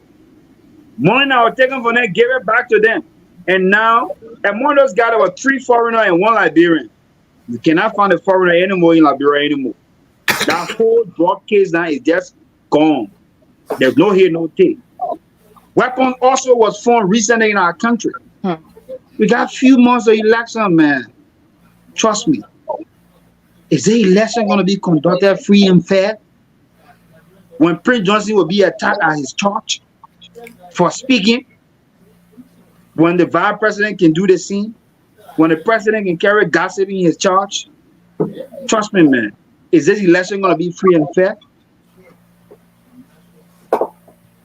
Yes, the election going to be free and fair. And as per the drug issue, I don't know what you're talking about that these people were set free. Because the last time I checked, those guys were taken to court and charged. So I don't know who's those guys you're talking about that they are set free. And usually when the people confiscate drugs in Liberia, what they do to them? They burn them. We watch them. Sorry for the interrupting. Gabriel, please try to respond to Fangalo. I think I've seen some message from him. Go ahead, Mercy. Sorry. Whenever drugs have been confiscated in the country, what happened? They burn them. We see them burn those drugs. It can be how many tons of drugs they burn them. Those drugs were burned. So I don't know which drugs you're talking about. And what has this thing has to do with the election? Election is a whole country thing. It's for the Liberian people. It's for the war that people will watch. It's going to be free and fair. Who's going to be obstacle to the election? And why you think the election not going to be free and fair? There is no threat posed to this election. Since President Weah took over Liberia, it has been peaceful like Ellen Johnson time. The peace is stable. And they are still maintaining, the Liberian people are maintaining the peace. Despite their protests, despite whatever, the peace has been maintained. So this election is going to be peaceful, free, and fair for the Liberian people. Thank you. T-Max, let's hear you, T-Max. What are your thoughts, my brother? What happening in our country right now? So we are getting afraid that, trust me, campaign time have not yet reached, because we know campaign time, you hear all kind of words, across the corridors about our political, our environment. So right now, Prince is being attacked at his church by supporters of the CDC. Weapons were being, found in our country. There's no accountability of those weapons. $100 million worth of drugs were found in the country, and those perpetrators gone free. The government 140 cannot million. give no accountability of that. The justice minister even questions about those guys being arrested, but they are nowhere to be found. Timas, what your take for the election coming up, my brother? You think that's gonna be a problem? Um, Thank you, Lincoln. You know, it is unfortunate that the people we always elect into power to protect um, the rights and sovereignty of the country, they are the same ones who always, um, destroy the fabric of the country. With the issue of drugs is something that is very concerning. The issue of security. These are issues that are so concerning. Corruption, um, and as you were talking about the issue with Prince Johnson, I turned on my phone. He's having a press conference right now on It's the already over. identical. Okay, because what I saw was he was about to have a press conference for what happened in his church, and this is unfortunate for our country. Liberia, we have had a devastating civil conflict for over 15 years or more. Um, every one of us sitting on this platform, one way or the other, experienced that conflict. We know how it felt. For us to have leaders in the country still trying to take us back to those era, because these are things that create those kind of hatred and anger in the hearts of people, and then they turn against their own country and start to cause mayhem and chaos. So this election that is coming forward, it's something that should draw the attention of the international community and all of our West African brothers who really want to see Liberia on a path of peace. Because just with the government, from their actions, even during our local by elections and stuff, I don't think the government is up for peace, because they always create the environment for chaos and fight and disturbance, and they kind of defend it. And no government should do that. People should have the right to demonstrate. People should have the right to protest. That should not make any government to come against your people and start to kill people and start to beat on people or go to attack political opponents and all of that in the country. So I'm very concerned about the upcoming election. Like I said, I hope the international community can draw more attention to Liberia. Our ECOWAS brothers can also draw more attention to Liberia to make sure that we have a free and fair and a peaceful election. Thank you, Lincoln. Okay, thank you, Gabriel. I'm gonna post. I'm posting the interview that Randy C had with BBC about the $100 million drugs. How the story ended. It's just 4 minutes. So when we go for break, then you can be able to play for for our audience to watch, and also for our sister who's talking about those drugs are being burned, so she can listen for very self. So on this note, we'll go to. I've already posted in the group chat. So when you have it, Gabriel, you can upload it, and then when we taking our break, you can be able to play. So let's hear from you, Christina. What are your thoughts for security aspect in our country with 4 months on now to election? You muted. I think you're muted. Hello? Yeah, we can hear That's you. why you are okay now. To be honest, the whole thing is very, very scary, because with the ongoing circumstances and things going on in Liberia, the killing and stuff going on, no justice right now for the dead, it just add up my fear. What unfolding, we need to be scared, because if just reality win, I see chaos, because I see something like the election will be rigged. That's why I foresee that they Breaking must what have in what way? all costs, and by all costs they must have it. If it doesn't go their way, honestly, there will be a lot of tension in Liberia because I know oppositions too will counter that and will bring a lot of chaos. You But we already seen the thing with your own eyes, man. Nobody can even reach the CDC Mercy, leg. You please say let's protect opposition. our sister Mercy. You said Mercy, Opposition Mercy, for what? please, Mercy, Marcel, Mercy. please hold your tongue. We we are know how hoping for Let's the protect intelligent you best. our are, sister. citizen. You are the first that responded on this Because question, we and you have our say own everything gonna be battles, okay. we are not I praying beg for. you. Who gonna wreck election? Well, nobody competent for now, so Mercy, no can you election will be please rigged. allow let's protect our sister. Let her make a point, Mercy, please. I beg you. Yeah. We're hoping for the best, that Uh-huh. everything will be good, but the fact remain constant that we cannot rule out that there will be a lot of chaotic situation that we need to take into serious consideration.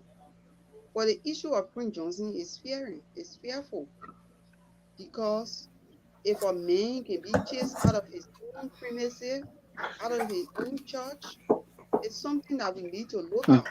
Is reconciliation actually going on? Because after the war, we had Truth and Reconciliation Commission. That Prince Johnson even appeared to even give his testimony as to what he contributed and what he was participated during the civil crisis in our country. So people now hunting these people, it's something that we need to take into serious consideration and look at very carefully and pray for our nation that it shouldn't go down. It shouldn't go Thank you. trickle down as to security because the security situation is already messed up. It shouldn't go any further down. Thank you. Thank you. Liberia will never Thank you. go down, my dear. We Okay, yeah, already having a peace, we're maintaining the they're peace. welcome. They're welcome. They're welcome the Igwe.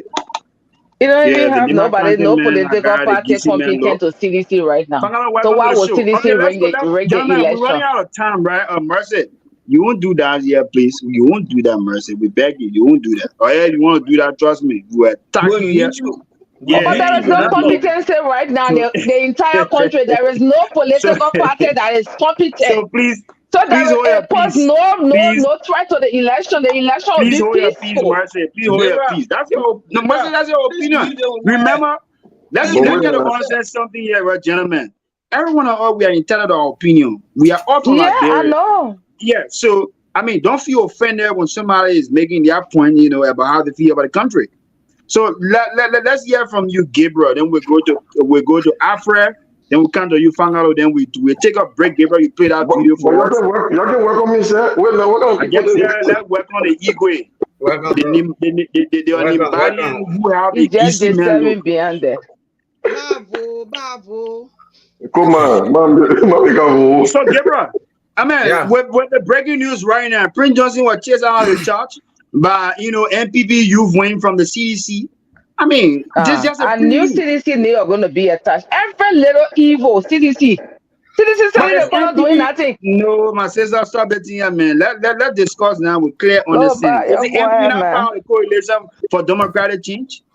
How you You're saying quiet, anything? man. We are creating story. Where's MPP position? Are they part of Rescue 1 or 2? All right. That's citizen, You're huh? quiet. You're quiet. Thank you So, so much. Gabriel, Thank you let's so hear you much. quickly, my brother. Thank you so much, CEO. Let me say this. To be very frank, send the ascendancy, send the hegemony of President Weah. Insecurity has been a long-standing issue. Look, let me tell you, and I can say, either the president is enjoying it, the president is tolerating it. He's not doing anything about insecurity. And there are several cases.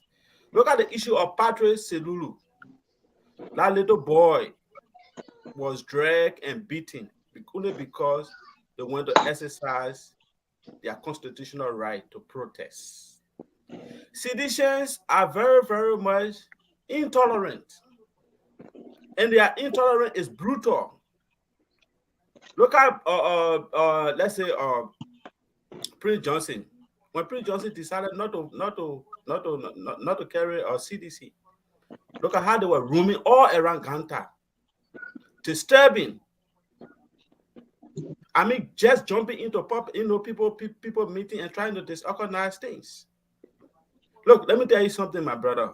There have been nothing done to kill the insecurity issue or bring it to rest. So when look, let me tell you something. The only hope we have is international community.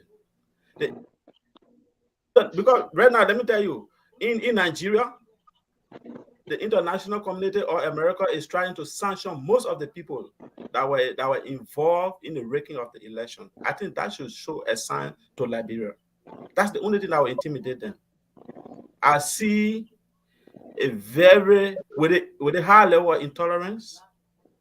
These people are very, very much. I mean, I don't really know. I don't know how to describe them. Look at today. Who now? To describe who? Seditions. Come on. Mercy, you'll stand down. You'll stand down, Mercy. Look at Prince Johnson Church today. All along. Okay, look at Joel Howard Taylor. This few days we have some group of disenchanted or legislative staffers. They went to talk about their salaries. And they said because of poor governance, they are not going to vote President we are. So look at what Joel Howard Taylor did. She went there again. She started defending. The people are not proactive. They are reactive. And their reaction is very violent. So tell me, if you... she fired one of her staffers. You see, if National Election Commission come up with a result, these kind of reactive people who do things violently, how are they going to respond to it? That is a rhetorical question. Because everybody knows, obviously, it's going to be, a retaliatory strike against, free and fair election. Do you think the other Lasana can rather look at sedition face and say that they lose election? She must go in Nigeria and go announce that result. Okay, Gabriel.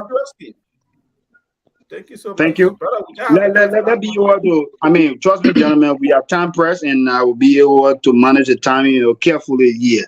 Alfred, let's hear you quickly, your 1 minute, on the attack, by the MPP youth wing from the CDC attacking a sitting senator because he tried to address, the vice president of our country on statements he made, about him. And I think our country, we all understand the Tiwa Mountain Declaration in our country by the president that the country is a freedom of speech country. You can say anything, the insult or SYZ trotor that free. People shouldn't be, held, reliable for, making kind of a statement. So Prince Johnson was just trying to make a response. But then see what happened now. There's a fear now for us all for our election that's coming up. What are your thoughts, my brother? What's your take on what just happened in our election to come? Let's just give you 1 minute so you make your point quickly. I would like to respectfully join the other panelists who are already raised the red flag when it comes to insecurity. It is recorded under this administration that sedition beat a deputy police director. You remember the case to Liberty Party headquarters when the deputy police director for operation was beaten by sedition? What came out of it? Nothing came out of it. So the level of insecurity in this country is very, very, very high. I can go back to District 15 with Tidia Ure in the by-election where she was almost killed by disgruntled seditions in our district. They almost killed her in how they destroyed her car. What happened to that case? Up to now, no one was prosecuted for it. We can go back to Darrell Dillon. Darrell Dillon was attacked in Newtown when he went to Canva on a campaign. So those are instances. We can also Cornelius Cry in District number 13. I'm coming to Cornelius Cry in District 13, where Jefferson Koji was the ringleader in District 13. What happened to all those cases? This government has tolerated insecurity, they have tolerated violence, and those are things that President Weah has got under his sleeves, and he pretends that nothing happened. You understand? So if you ask me in my personal opinion as to whether or not we'll have free and fair election, it's a capital NO. We will not have free and fair election in our country with the level of insecurity that we continue to see. People are dying left and right. People are dying left and right. No justice. Then you tell me about free and fair election. We just hope for the best for our country. But under George Weah, I don't see a free and fair election. I don't see it. Thank you, Alfred. Thank you, Alfred. I think it's very clear. This is like the revelation of the senator is actually coming to pass, and we pray not for that, right? And we go over to you, Fangalo. Then I will just give a 30 seconds response because I have to make my own take two on the topic. Then we'll go for at least 2 minute break. Gabriel will play all that video. And then the interview that Randy C had with BBC about the $100 million drugs that were found in our country. Then we'll go to our conclusion topic. Go ahead, Carmen Fangalo. Welcome. Thank you, gentlemen. Sorry for being late. I had some religious obligations, so I had to seek the over first before coming in. But good morning to the listening public. Good evening, from where you listening from. I've been listening to you guys off and on, and the topic this morning on the discussion is very interesting. But to use my little time I have, I will go directly to the issue of electoral violence that we foresee. It's very disheartening for my sister sitting there, Mercy, ignoring the reality of what's going on down there. You know, the thing is that if you let somebody, you can have to advise them and tell them the truth. The thing is that we found a catch of weapons at the Freeport, and we have a sitting government who our security lies in their hand. We know we are approaching election. Those weapons, the catch of weapons that were found, up to current, we are still sitting in suspense with where it came from, who has it, you name it. We went to Nima County recently. We found the same ammunition stockpile in Nima County. We are in the electoral year. The sitting government got yet to tell us what is unfolding. Now, few seconds ago, we see and somebody just sent it to me, and she, my sister is denying it.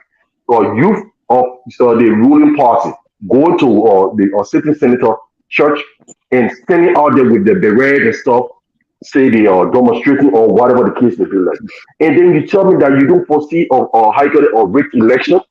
You have already you are already putting fear in the public with all those things that are coming. Who posting threat to the election? I want to know who posting threat because the last time I checked, I don't have nobody competent. Mercy, you won't do that, Mercy, please.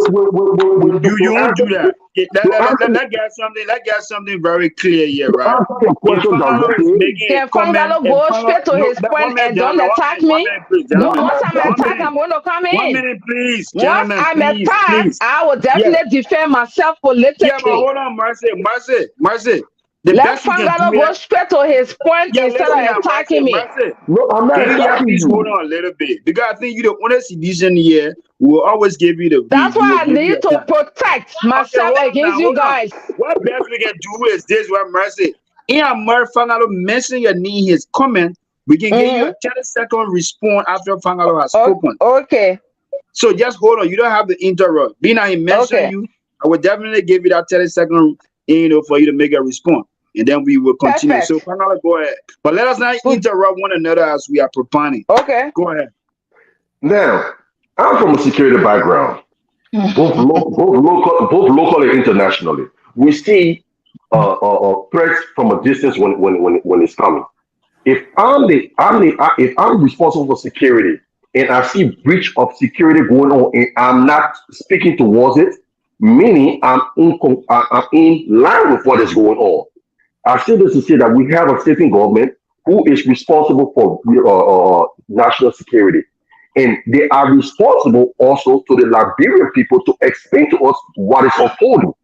You found weapons, both Monrovia and Nima County, hidden weapons. We have people giving testimonies of weapons being distributed around the country.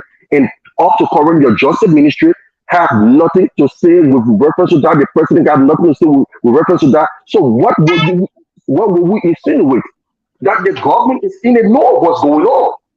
Because if they were not in the know of what's going on, by this time we would have had people coming up to say, look, if we found it with Henry Costa, for example, we found it with Joseph Barker, for example, but because they in the know, they are not saying anything. It is up to us to speculate because they are not telling us anything. So tell me if I'm wrong or we are wrong for saying that the government is not in the know of what's going on. That's my point. Thank you, my brother.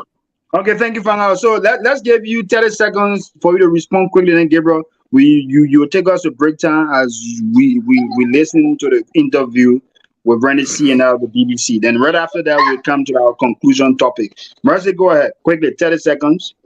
I hear people saying that the election will be rigged. It won't be free and fair. I'm asking why. Why won't the election be free and fair? There is nobody posing threat to the election. The last time I checked, there is no competent political party that is standing against the CDC-led government to make them rig the election. The opposition are still struggling. They have not even come to one conclusion to beat the CDC-led government. And you guys sit there and talk about election being rigged. How will election be rigged? If the seditionists are standing tall, if they are playing their political game, if they have everything in their head that will make them to win, so why will election be rigged? You guys are seeing this thing far too soon. Opposition has not even come down to one conclusion to beat the CDC-led government. You sit there, you say election will be rigged. Be rigged in what sense? Be rigged in what sense? I'm asking you, Fangalo, how will election be rigged if nobody is standing to my throat? I'm not seeing competency for any political party. So how will election be rigged? Do you want me to answer you? Go ahead, answer me. This is an intellectual forum. I wish to be answered. Thank you, Mercy, and thank you. So, gentlemen, listen up. Let's do it at this, right? You know, this is not a confrontation, right? Let us make it, even though the discussion going to be somewhat interactive, right? But trust me, our second time around, we will make it very, speak and span. So, let me make my little point, quickly, and then Gabriel, you can take us to break time, this is very clear. What I see today happening to Prince Johnson, it reminds me of the July 26th, I think that was 2022 or 2021, when the student unification party from nation #1 university went to the U.S. embassy. We saw what happened that same day.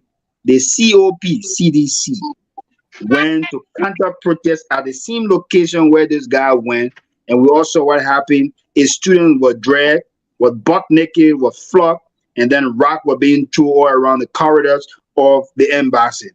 Today is the same thing that we see happening at the Senator Church. The MPP youth wing also decided to go at that premise to disturb, because they heard that Prince Johnson announced, I think 2 days ago, that he's going to make a response to the vice president for a statement that she made within the Senate about him, Prince Johnson. So I think it is fair enough that when you get somebody to talk, allow them to show they want to talk. And what we saw happen today is like being masterminded by these same political leaders that lead these guys. People normally say when a Christmas will be good, you will tell from the eve. My people, it's clear. If election will be free and fair, we'll start seeing it from now. People will be given the time to speak freely, make their point, stay on their side, support who they want to support, criticize, denigrate politics. African politics is very nasty. Even in the USA, we saw what people did with Donald Trump photos, movement, and what have you. American people taking all the pins and bending the butt down and what have you. That's the other one happening in Liberia. That's one of the things we have never seen happening yet in Liberia. Where you see somebody take all the clothes and bend the butt down to the president picture. I know that they will see the other one by then, like war in the country script. The great America, we see that happening. We are in a democratic war where everybody has the time to speak freely, make their point across the board. But attacking people and trying to provoke, violence, I think it's totally wrong. We should all frown on this. Even if I was a sedition and I see such, trust me, the first thing, what we heard from the president, when that occurred at the U.S. embassy, he denied a group. And we all know how angry he was based on what happened. So as a true sedition, as a patriotic Liberian, these are not things we should support. We all want peace in our country. So when you see some unscrupulous beings, some buffoon trying to, gather themselves to cause chaos in our country, what should we do? Frown on it. But not to support it and be able to say, this, that, and XYZ, and blah, blah, blah. So on this note, Gabriel, take off the break, and when we come right back, trust me, it will be very, very much fascinating, gentlemen. So stay with us. Don't Liberia go. now, where Gabriel, tongues have been set wagging after the defendants in a high-stakes drug smuggling trial were acquitted following a trial. That's despite what many, including the government, believe is compelling evidence. The 4 men were charged with smuggling $100 million worth of cocaine into the country, making it one of the largest drug-related cases in Liberia's history. The court has also ruled that the $200,000 that was seized from the men by the Liberian government be returned to them. Let's get more on this fascinating story now. I'm joined by Liberian journalist Rodney Sie. He's actually traveling in the United States at the moment and joins us from Tampa, Florida. Rodney, please give us some background into this story. Well, Peter, this is a very shocking time for Liberia. This is a case that when it happened a few months ago, the U.S. government had people on the scene of the arrest and the seizure of the drugs. There were witnesses, there were recordings, there were video recordings, everything. And so yesterday, when the court came down with the verdict, the whole country went in uproar because this is very shocking to everybody. So how did the jury reach this verdict? Because I'm told that's an open secret in Liberia. Well, prior to the jury going into session, the judge instructed them that if the verdict was not guilty, that they will have to, the government will have to pay the money back to the drug suspects. And this was a sign of influencing the jury in the sense of the justice minister, who told me this morning that he was very, very shocked about the verdict, that he's sad about it. He's going to, in fact, make an appeal to the Supreme Court and have the guys rearrested. However, we just got word an hour ago that the minister told me that they cannot find the suspects anymore. So probably they have fled the country. Because, I mean, not all those suspects were Liberian citizens. I think only one of the 4 who appeared in court was a Liberian citizen. I mean, it's got Liberians talking. It's also got the government steaming mad. What are people saying? Well, people are shocked. I spoke to a lot of people this morning. I spoke to government officials who are very concerned that this could have a bad light on the country's image internationally. I spoke to some U.S. government officials in the embassy in Liberia who told me, frankly, that they will try to arrest these guys to leave the country. And now that they left the country, I think that you're going to see a lot of international pressure on the government. This case was handled properly. In previous U.S. State Department reports, we've seen attacks on the government image regarding the judicial system, that it's not fair, that judges are being bribed, jurors are being bribed. So this is a case where it has a lot of international repercussions for the country. Indeed, you talk about international impacts for Liberia. Liberia is surrounded by some fragile states like Guinea and Sierra Leone that have also been known as drug smuggling routes. What are the implications of this verdict on other countries? Well, what this says is that Liberia's judicial system is not good. It says that if this verdict goes the way it went in other countries, we're going to see a lot of drug smugglers using West Africa as a transit point. And that's why it's important for Liberia to set examples for other countries to follow, because this is the biggest drug bust in the country's history. We're talking about $100 million worth of cocaine that was apprehended and people arrested. In the presence of international observers, in the presence of the U.S. embassy in the country. This is very, very shocking. It's very...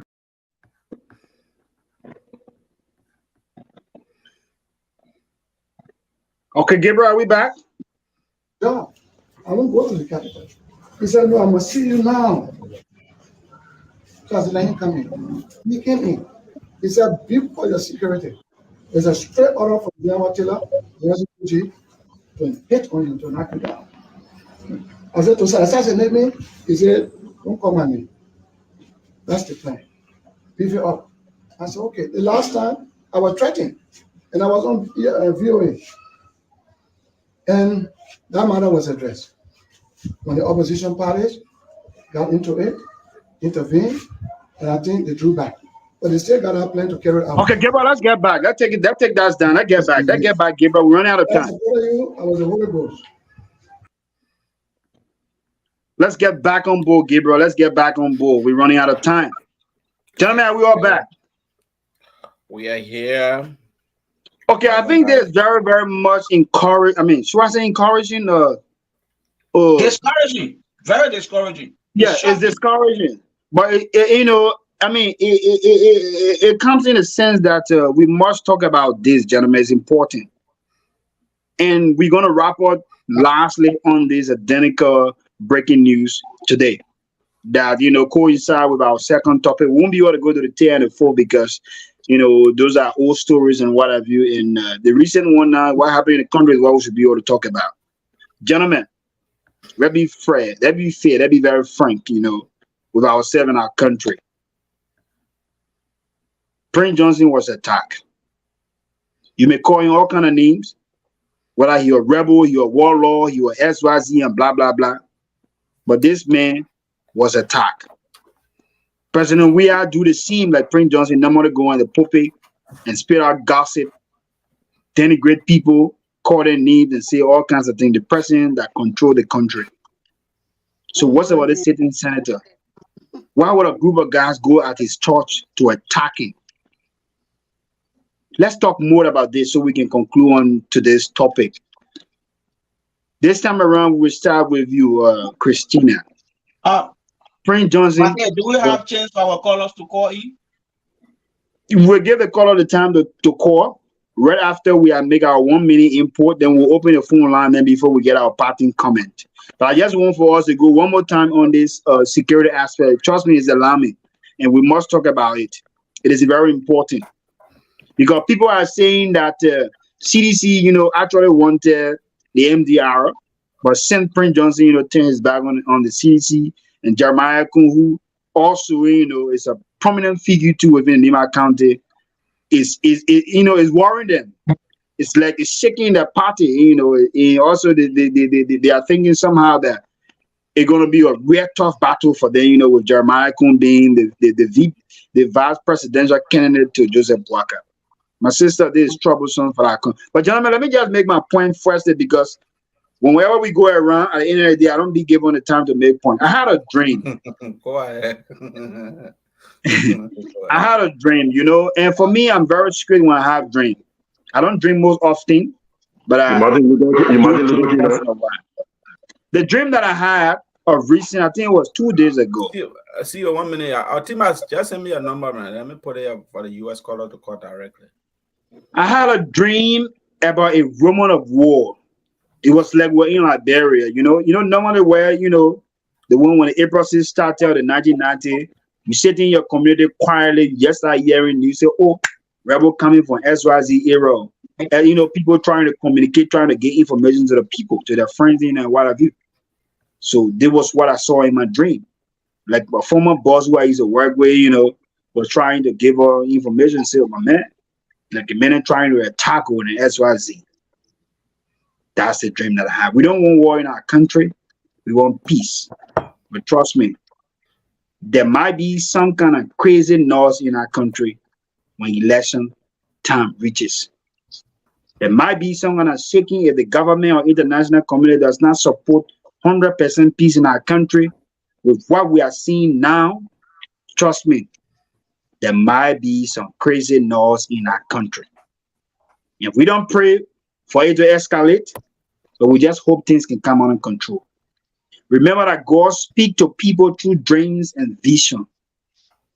And according to the book of Joel, the word of God says that God is going to pour his spirit down upon all flesh. That means there is no specific person. You can be Peter, John, Mary, Martha, and what have you. God going to pass his message through you. I once had a dream about President Weah. And I know what we are seeing that happen in our country. So, no, gentlemen, I beg you, man. Yeah, so I mean, no, it's serious and all that serious. No, let's take it very serious, So let's go to you. This time around, gentlemen, please let's be to the point, right? Christina, you think it was right for those guys to go at the priest of the senator church? I don't know, is there protest or demonstration? How do they call it? But the guy didn't gather themselves. I hear you. No form of violence is acceptable. No form of violence is acceptable. It can be who they call that violence. to no form of violence is acceptable. That was bad. It was disgusting. They shouldn't have gone there either. To go to his church to attack him, that was unfair to him.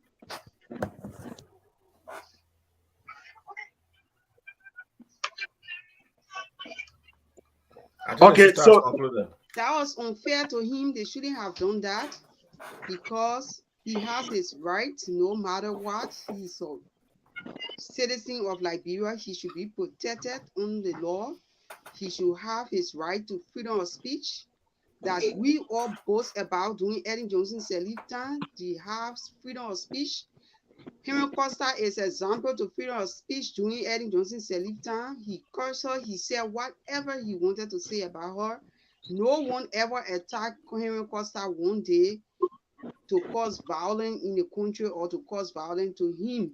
So we frown on that. We asked President Weah and his cabinet minister to follow up on that and see how best they can Johnson okay, thank you. So, gentlemen, we'll start from the bottom of the screen and go up. Let's go to you, Fangalo. Thank you, my brother. You know, the thing is an interesting topic, and you say we should stay on track, but you come in with your Martin Luther King dream and not part of our track. So I don't know how it will be balanced because someone will let talking benefit, will get talking sick that the same way. But anyway, I'll try to call my own shot. You know, they say we in our Liberian saying we say when the child will be good to the mind and power when they grow up, when the cooking buyer behind the horse, the tomato cup in cooking the tomato cup, they can take a small thing in a small or soldering tap and say, oh, that mama unye, that papa unye. We say this to say that we see the fuel of violence. We smelling the flame of violence. When we talk about electoral violence, there are so many things that constitute those things. When people say they see it. Freedom of speech is an example. Our sister just made a reference to that. If the sitting governing party, the sitting ruling party is sitting there, is sitting in, for every time somebody do something, they have to come and do theirs.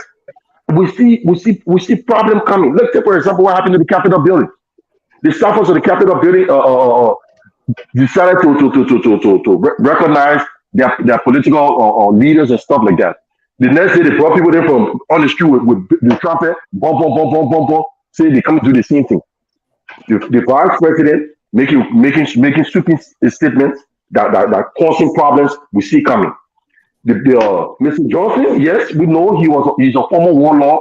Every one of us, directly or indirectly, participated in the war. I will tell you for a fact because we all were a little bit conscious of what we were doing at that time. We supported a party, we supported our side. So nobody will point finger to the friend right now. Let's just speak as Liberians. The sitting senator in his church doing his normal duty every Sunday, and you got a hoodlum state coming out there called itself youth wing of NPP and youth wing of CDC. The reason why we say CDC the ruling party is because we see the emblem, everything is clear. We're seeing it. You know what I mean? And if people are doing this kind of thing and they are holding the gavel of power, and then you tell me that the election would not be will be violence-free election. I don't know how to compare this kind of thing because in security analysis, you don't wait for trouble to happen before you say, I see trouble. You can smell, you can see through analysis what is about to unfold. And these things are things that we see coming. You stopping the man from expressing himself. You know, you understand what I'm saying? What, tomorrow, if the election goes wayward, what's going to happen? If an opposition decides or wins the election tomorrow by popular vote, and ruling parties in there say, oh no, we got to gather around here. Guess what? No boys will be in the street with the guns will be hiding around the corner. We know. John has been killing people in the corner, and nothing may come out of here that happen. Things will be happening. And guess what? For a fact, we will not sit there and allow one group of people to come and do that nonsense. We don't want to go back to the dark days. But one thing I can guarantee you, hold on, please hold on. You went to your dream. I'm on a dream I was screaming. One thing I can tell the Liberian people is that everybody in that country, by hook or by crow, got some form of knowledge of violence. So one person will not feel say the battle of violence by the other people. So they will know it. Some of those said the third trap, they are the right trap, not for right alone. I mean, Be aware. is that a threat? How the hell would be that would be a threat if I'm speaking parables? Come on, man. Okay. Thank you, my brother. Thank you. Thank you so much. Alfred, let's hear you. You think the government should frown on what just happened because this has been happening before, and the president once spoke that he's not aware of the CDC COP, and now we are seeing MPP youth win. That is part of the coalition of democratic change. You think it is something wrong that was done today, and the government should frown on it if we want a peaceful election in our country tomorrow? Yeah, before I go to that, let me pick up from my brother point. You know, in security analysis, we look at what we call trend of events to be able to analyze exactly what can be the intervention in case it continues. Now, if we go back to the CDC-led government, the first time we had rebel warlords around Adana Magay, who subpoena a certain representative and say that when he not show himself, they will come for him. You remember that? The president never took action. You have rebel generals, they call themselves generals. They went and had a press conference and said that Yagagola show himself. When he not show himself, they will come for him. Nobody did anything. They threatened a certain representative. In fact, Yagagola wrote a letter against that on the representative floor, and he was ignored by Buffer Timor and the citizens. They ignored him. He was there causing nobody had time for him. That the question that happened. We saw a former police director being beaten. I'm giving you trends. Before I come to answer the question, we saw a police director was beaten. We saw a famous press conference from a certain city mayor who said he would be there in flesh and blood to protect his so-called democracy.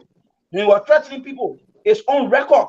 We saw a young student was beaten because he agitated that the president should face the country.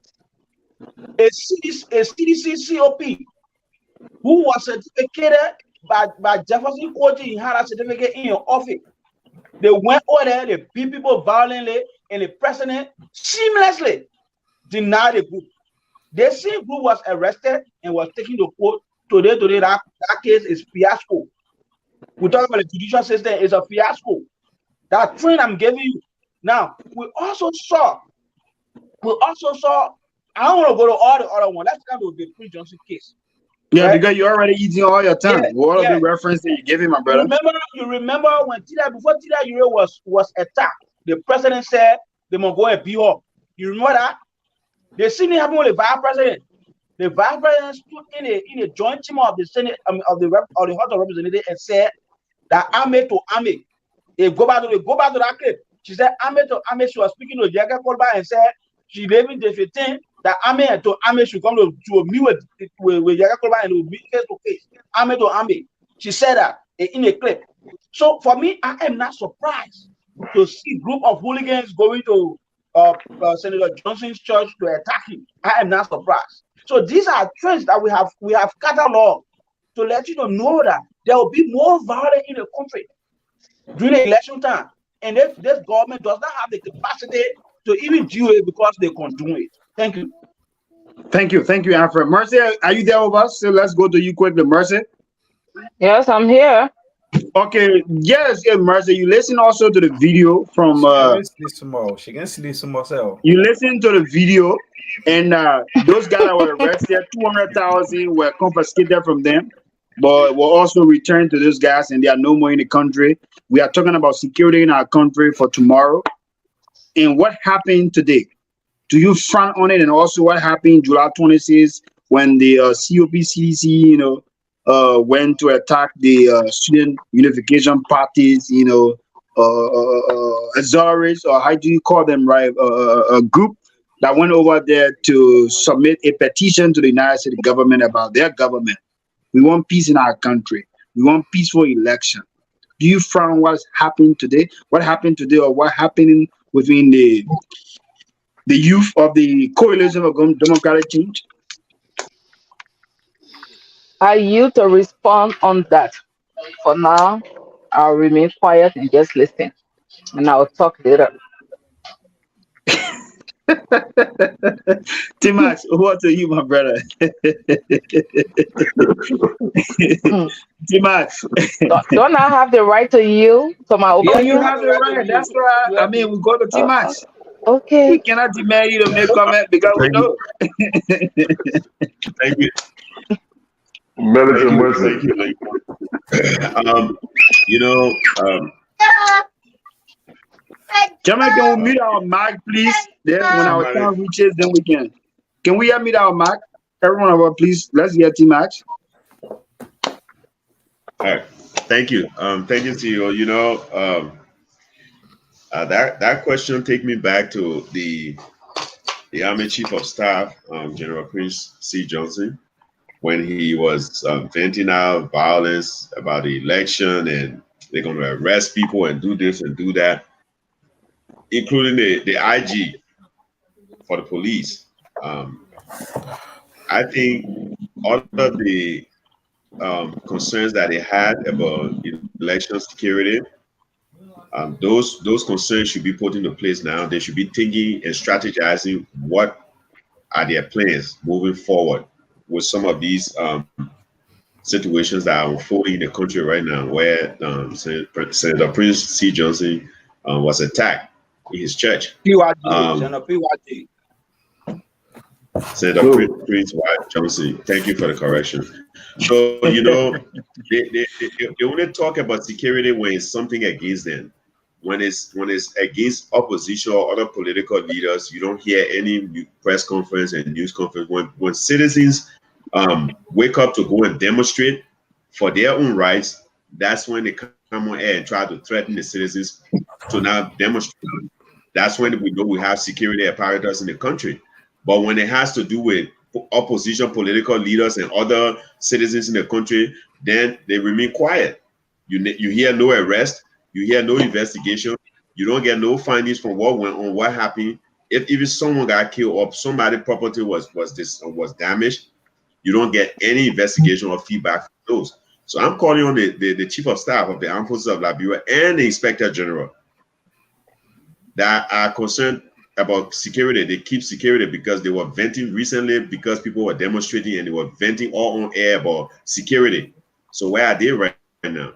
They should be having press conference and condemning the act that took place with Senator Prince Johnson and violence that will come in the future against opposition political leaders. I think they should be doing that right now instead of sitting down. But when citizens try to demonstrate for their rights, and that's when they want to come out to threaten citizens about security.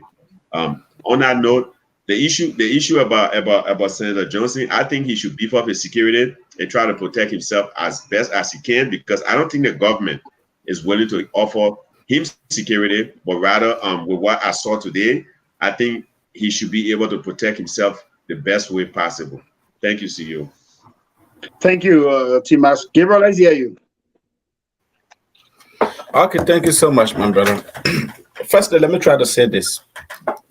The new leadership that is coming to take over, I think if we are into any ECOWAS program, I think we should step out of it. If we are paying money to ECOWAS, I think it's a wasted investment. We should take that money and pay, to try to pay for our roads. Because their reactive conflict resolution solution is not doing anything for us. Remember, you sit there, or a certain lawmaker, Akara's grade, went to student campus, student university to go and repel against them. Isn't that a sign of insecurity? Look, let me tell you something. In business, they say an organization will always replicate the attitude of its behavior. If you are a rude and insensitive CEO, one way or the other, your employees will copy your style, and guess what? They will be thinking it's normal. So citizens are just replicating or showing the attitude of President Weah. President Weah has tolerated all these things. The people are encumbered. The people are encouraged. They are tolerated. The only way to show that you are a real citizen is to retaliate, is to attack. There's nothing about intellectualism, my brother. Do it anytime. There's nothing about intellectualism where you have to go and react to people intellectually. Sit on the radio, discuss the issue. No, they will go to your church. They will boot you out of it. And let me say this to all our brothers, young people, who today, look, we live in a technology world now. Everything is on Facebook. And you are there, every protest, every retaliation, everything, you are there behind CDC and doing this thing. Forgetting to know that political positions are transient. The Jefferson Koji beyond today, he will never become city mayor. Let's say he might not become city mayor in 4 to 5 years from now. What becomes of you who have dirted and murdered your image for attacking people, for their diverse view, for attacking people, for exercising their political rights or protesting? So, my brother, let me tell you, our only reliance right now is the international community. You can look at a group of people who have been tolerating violence. I mean, who has ever been called by Justice Ministry, Musa Dean, to actually be prosecuted or to be sent to jail for all the vices that are happening in our country? Musa Dean is scared of the people. What you do? It is so sad. It is so sad. There's a looming dark cloud over our country right now. We all just need to pray. We all need to talk. And let me say this to ECOWAS. You are a useless organization. I don't know why people even subscribe to you. All these things happening. You are not proactive. You don't call meeting. This is the time you should be calling meeting. This is the time you should be sensitizing people, talking about peace. But you don't do that. You will be sitting when the overthrow of government, then you go there. That's the time you want to talk. When they have protests, when they have electoral violence, that's the time you want to go and step in, which is belated. So most of the time, people have lost their life, bloodshed. You will have done that. You will have taken precautionary measure, but you don't do these things. You just sit down idly and just look at the whole. Country being. I don't know what to say, gentlemen. So I just pray for the country. It's sad. It's sad. Okay. We gotta definitely pray for our country. Another breaking news: Natana Magere is planning to go as an independent candidate because he's not really finding his way through with the CDC. It is very clear that he might likely, go as an independent candidate, and that's why you see right now he's trying to amalgamate forces, within the corridors of the Bongis or the Kakatorians or the Magibians. Yeah, that is the work ongoing right now from former Minister of where the guy position again? I forget the other people. Minister of State. Yeah, Minister of State for presidential affairs. So, gentlemen, we're gonna open the phone lines, and then Gabriel, you can read few comments while we are waiting few callers. We'll not take more calls. Trust me, we got less than 30 minutes more to go. Where we have a 1 minute parting comment. Yeah, so the phone line is open. Gabriel, you can also place the number on the screen. Yeah, and the number is also in the comment section to our audience, our follower. The number is there to call. You can call to participate on the breaking news today in our country. Prince Johnson was attacked by seditionists. Hey, she ready to talk? No, my man, Salami concerned. The woman says she don't have any comment. So what can we do? Yeah, and then also we don't have much time, but maybe next week, God's willing, we'll be able to dive more into this $100 million worth of drugs that just went on the table. The 200,000 that was seized from those guys were given back to them, and those guys fled the country overnight. And trust me, according to the story, it was a jury that set them free, but we will dive into that more and bring more details to our audience. So the phone lines are there for you guys to call. Let me read out the number quickly for our audience. Yeah, let me read out the number quickly for them while Gabriel will be able to go to with comments and read few comments, maybe 5 comments. Most important one, those comment with negative words of insult, we will not condone on the platform. Okay, so these are the number to call. You can call these numbers directly, or you call these number on WhatsApp. The number, the first one is +8210 80890335. If you are there in the US of A, you can call this number directly or on WhatsApp. The number is +1 319 2312600. I repeat the number for our audience to participate on our show. The line is right now open for you guys to call. You can call +82 108089 0335. Call this number on WhatsApp or you call it directly. If you are there in the US of A, you can call this number +1 3192 312600. Call and make your point. So give our water, you can review comments. Hold on, Mr. Malekossi, I just saw the comments. Yeah, give her your review comments for You us. don't need to cuss me now. Probably are better than your mom, so you don't need to cuss me. Okay. Just ignore that person. Next time that person will be deleted or blocked for. You're supposed to even ban that bitch on that live right now, sir, because you cause more people. So okay, we have our Secretary General, Mr. Melvin Papi Gray. CEO got a call here. Call an email where you call. Yeah, let's take the call. Let's take the call. Gabriel, let's take the call, please. Go ahead. No problem. Hi guys, my name is Lawrence Nyanyene, and I am joining you from Waterloo, Iowa. Are you guys getting me? Yeah, go ahead. Go ahead. You see, Liberians, we always like to sit and see what will harm us, come and harm us. It happened back in the days. We saw it when people were massacred at the Lutheran church, when children were being dumped into well, people cloud with it. It's what's happening now. Today is Prince Johnson. Yesterday it was Soup. Yesterday it was Yeke Konuba. Yesterday it was the student of the University of Liberia. Today is Prince Johnson. Yesterday it was Tera Ure. And the list goes on. Now Prince Johnson only the one female war crown code. They got a gamble in their hand to bring the war crown code, but Georgia left it. Georgia left it. And then he's doing this. Liberians are looking at it. We will not bring interim government because when interim government comes up, they will not take statistics on them. They will go free with the stealing they're doing. That's what they want to force Liberians to do. No interim government coming. They will be responsible. They will be held responsible for whatever. The electoral process will go on, and whoever wins, whoever Liberians have decided will take over them. Thank you. Secondly, the situation with Charlie Brodsky going as vice senator to Pumis. For me, I look at it that it would be like you are destroying Charlie. Let him take note.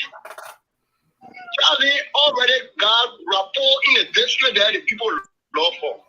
Why Brodsky can be happy to get a chairman lawmaker in the house? Brodsky should be thinking now of how she will pay Charlie way for her to even contest for the speakership position. Charlie can even run as representative and also sell you, let's say, or police. Charlie can run as representative and sell police in the district. It will still work out. But you taking her, she might lose the vice presidential position, and also she will be losing the representative position that she saw get from the district. This is what Kumis did. Today, he does not have somebody like even Congo went to be a shaman lawmaker for him over there because he had the authority when he was chairman of the CPP to have supported him. He rather blame a town against her and things went that way. So thank you. Thank you so much. That's enough. Thank you. Yeah, thank you. All right. Okay, so yeah, go ahead, read a comment on why we anticipate calls. Seattle Thompson is asking where is Costa? Is he okay? Then we have Seattle Thompson again say you be listening to Fargon. You can put your neck on the chopping board for Fargon. So our own brother Fangalo to contribute there. Says CEO, until proven in the competent code you cannot say that about Charlene. So Josiah Smith said she should have won a representative, not as VP, to Mr. Coleman ticket. All right, we have Melfi Deco. So they are battling one another and not Mr. Speaker. We have Seattle say again, there is no such thing. No, I want to forget about that. Okay. We have Hamilton Zidi. He said, many of you guys do not know the game. Do not know the game plan behind Charlie Peak. Charlie and Cummings are spoilers towards JMB's presidency. Both of them are Gabriel, being used like political pawns for EJS. Go ahead. We got caller on the line. Go ahead, Anima, where you call from? Good morning. My name is Anthony. I'm calling you from Texas, Dallas, Texas. Go ahead. Yeah, thank you ever so much. I was listening to every one of you. And strongly, I'm a strong supporter of the president and the government. And let me just say I condemn this act in the first place because I will not condone violence. But some of the things we have to be discussing is, as a government and people, I think we all should stand together and don't defend certain group of people when it comes to protecting the image and our people, the image of our country and our people. Both lawmakers from the opposition and ruling establishment sometimes carry us some wrongful act, and when it is against the ruling establishment, other people complain against the opposition, and then other people celebrate it.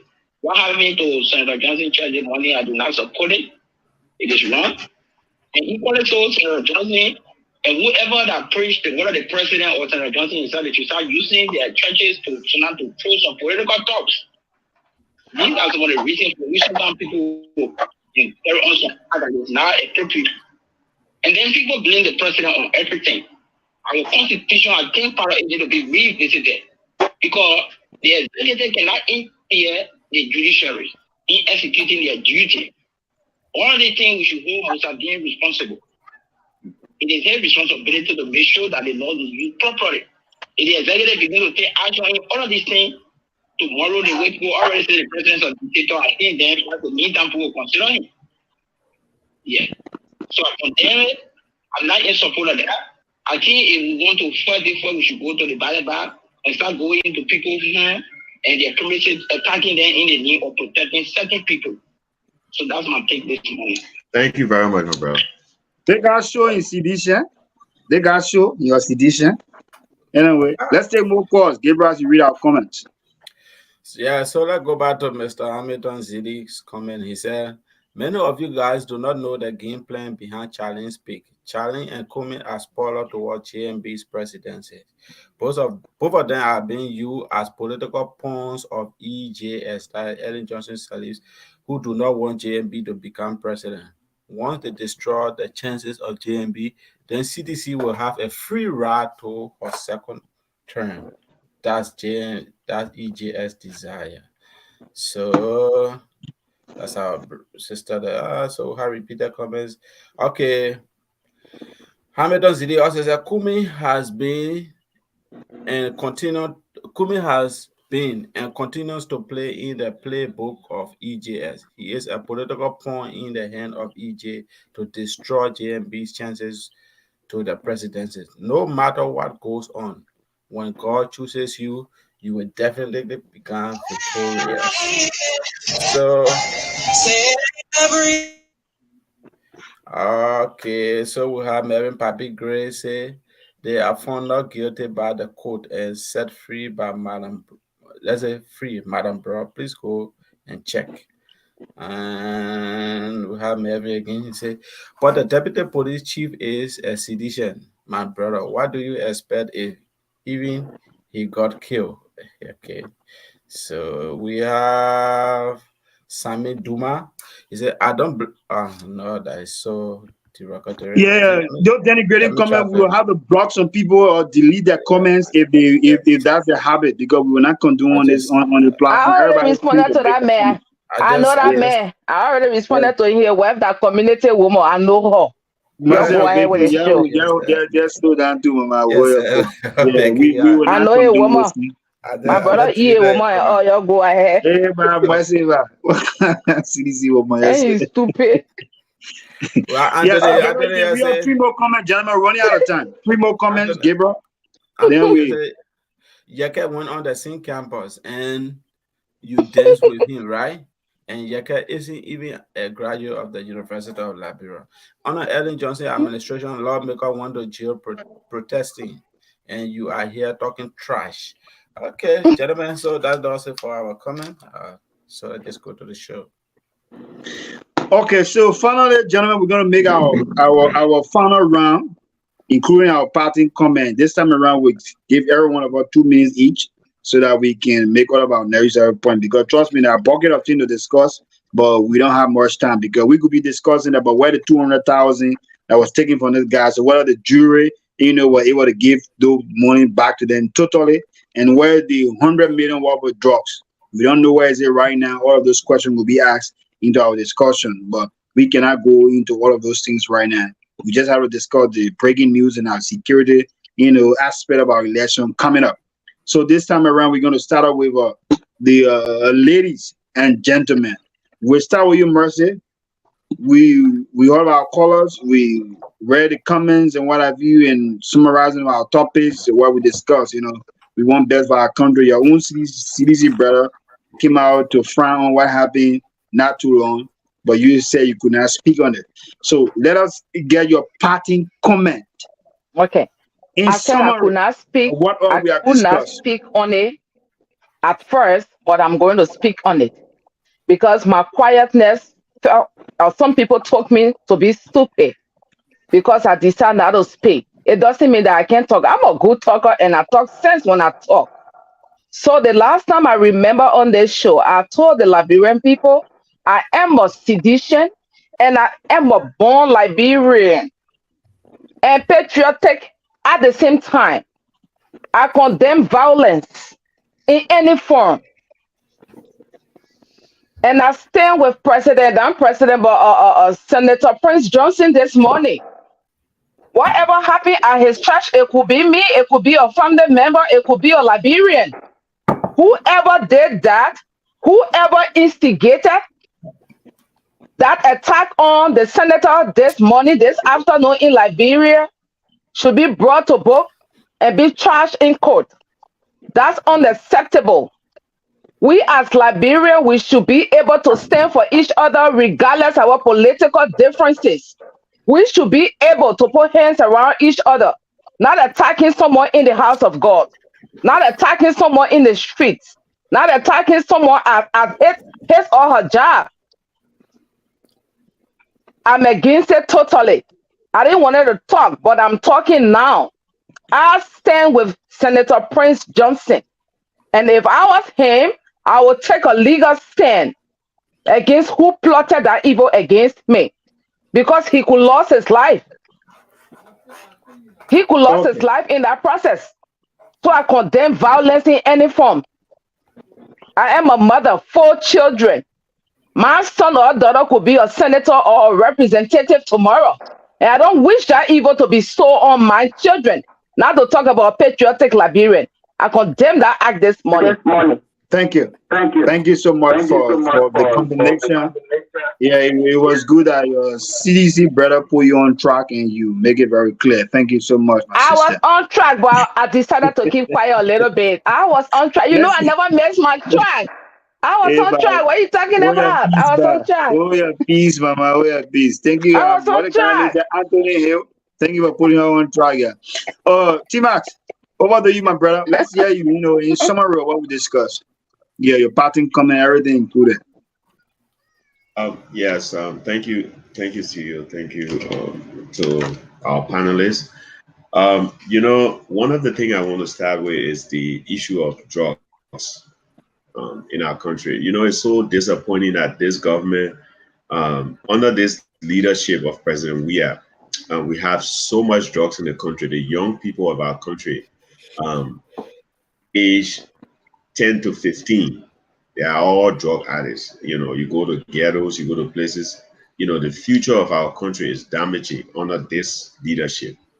You see a lot of young kids do nothing but just doing drugs. I don't know how they feel about it. I don't know how they're going to live with that, because they only care about their pockets, putting money in there and feeding the young people with drugs, knowing very well the future of every country is the young generation.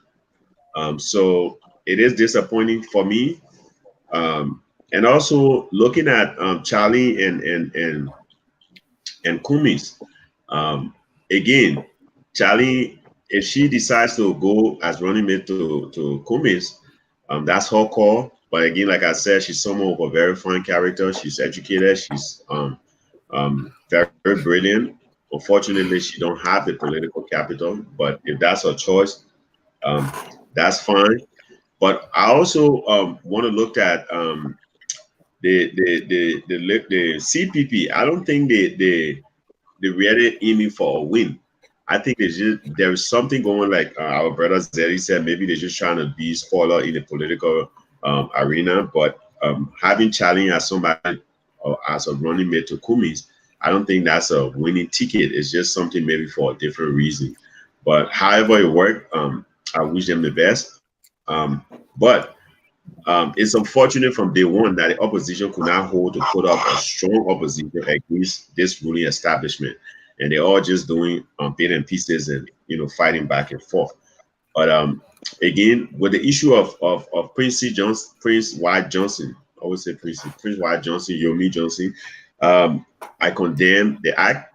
I was just watching the video. There were some guys who in green like uniforms and berets, and claiming, that Prince Johnson get on a pulpit and condemn political leader and all that stuff.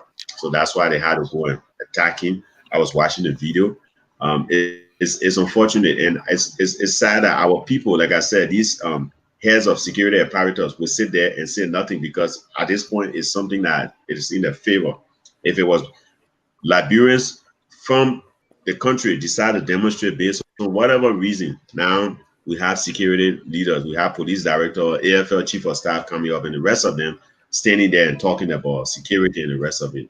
So I condemn this act in a very strong term, and I expect this government to understand that they have the right to protect all citizens, whether opposition or their own people. They have the right to protect their citizens and the sovereignty of the country.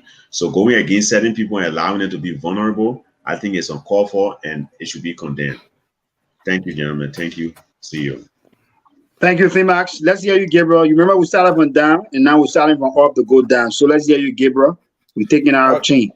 Yeah, today, but I'm only moderating for you guys. I know y'all can know I'm not talking that much, right? So I'm not even making my point. So go ahead. When you're not talking that much, then Listen to the fucking statement. Listen to the fucking statement. Forget. I know you're gonna talk. I know. Comment. Gentlemen, let me first start with Mr. Kume. I think it was a very last year. Provided. Definitely. You smart. You will be the last. You're right. You will take us home. Go ahead. You will make waiting, Provided if he had already, I will make you to be waiting. I think it is not still late. There can still be some level of reconsideration. I think Charlie Bronsky will not be a good pick for him because of her political capital. I mean, she might have the good name, she might have good integrity, but again, I mean, she has her political scorecard is not showing anything productive. We all know that she has no record of being, having that political influence. She's only riding on her father's name, and we cannot give the prominence of her father political. Let's say her father political prominence, we cannot arrogate it to her because she has done nothing. She has to work for her own success. People have to see her own productivity. She has to work for it. She's only bearing the name right now. Tomorrow, why if she get married tomorrow and they take the name Bronsky from there? I mean, she's left with Charlie who?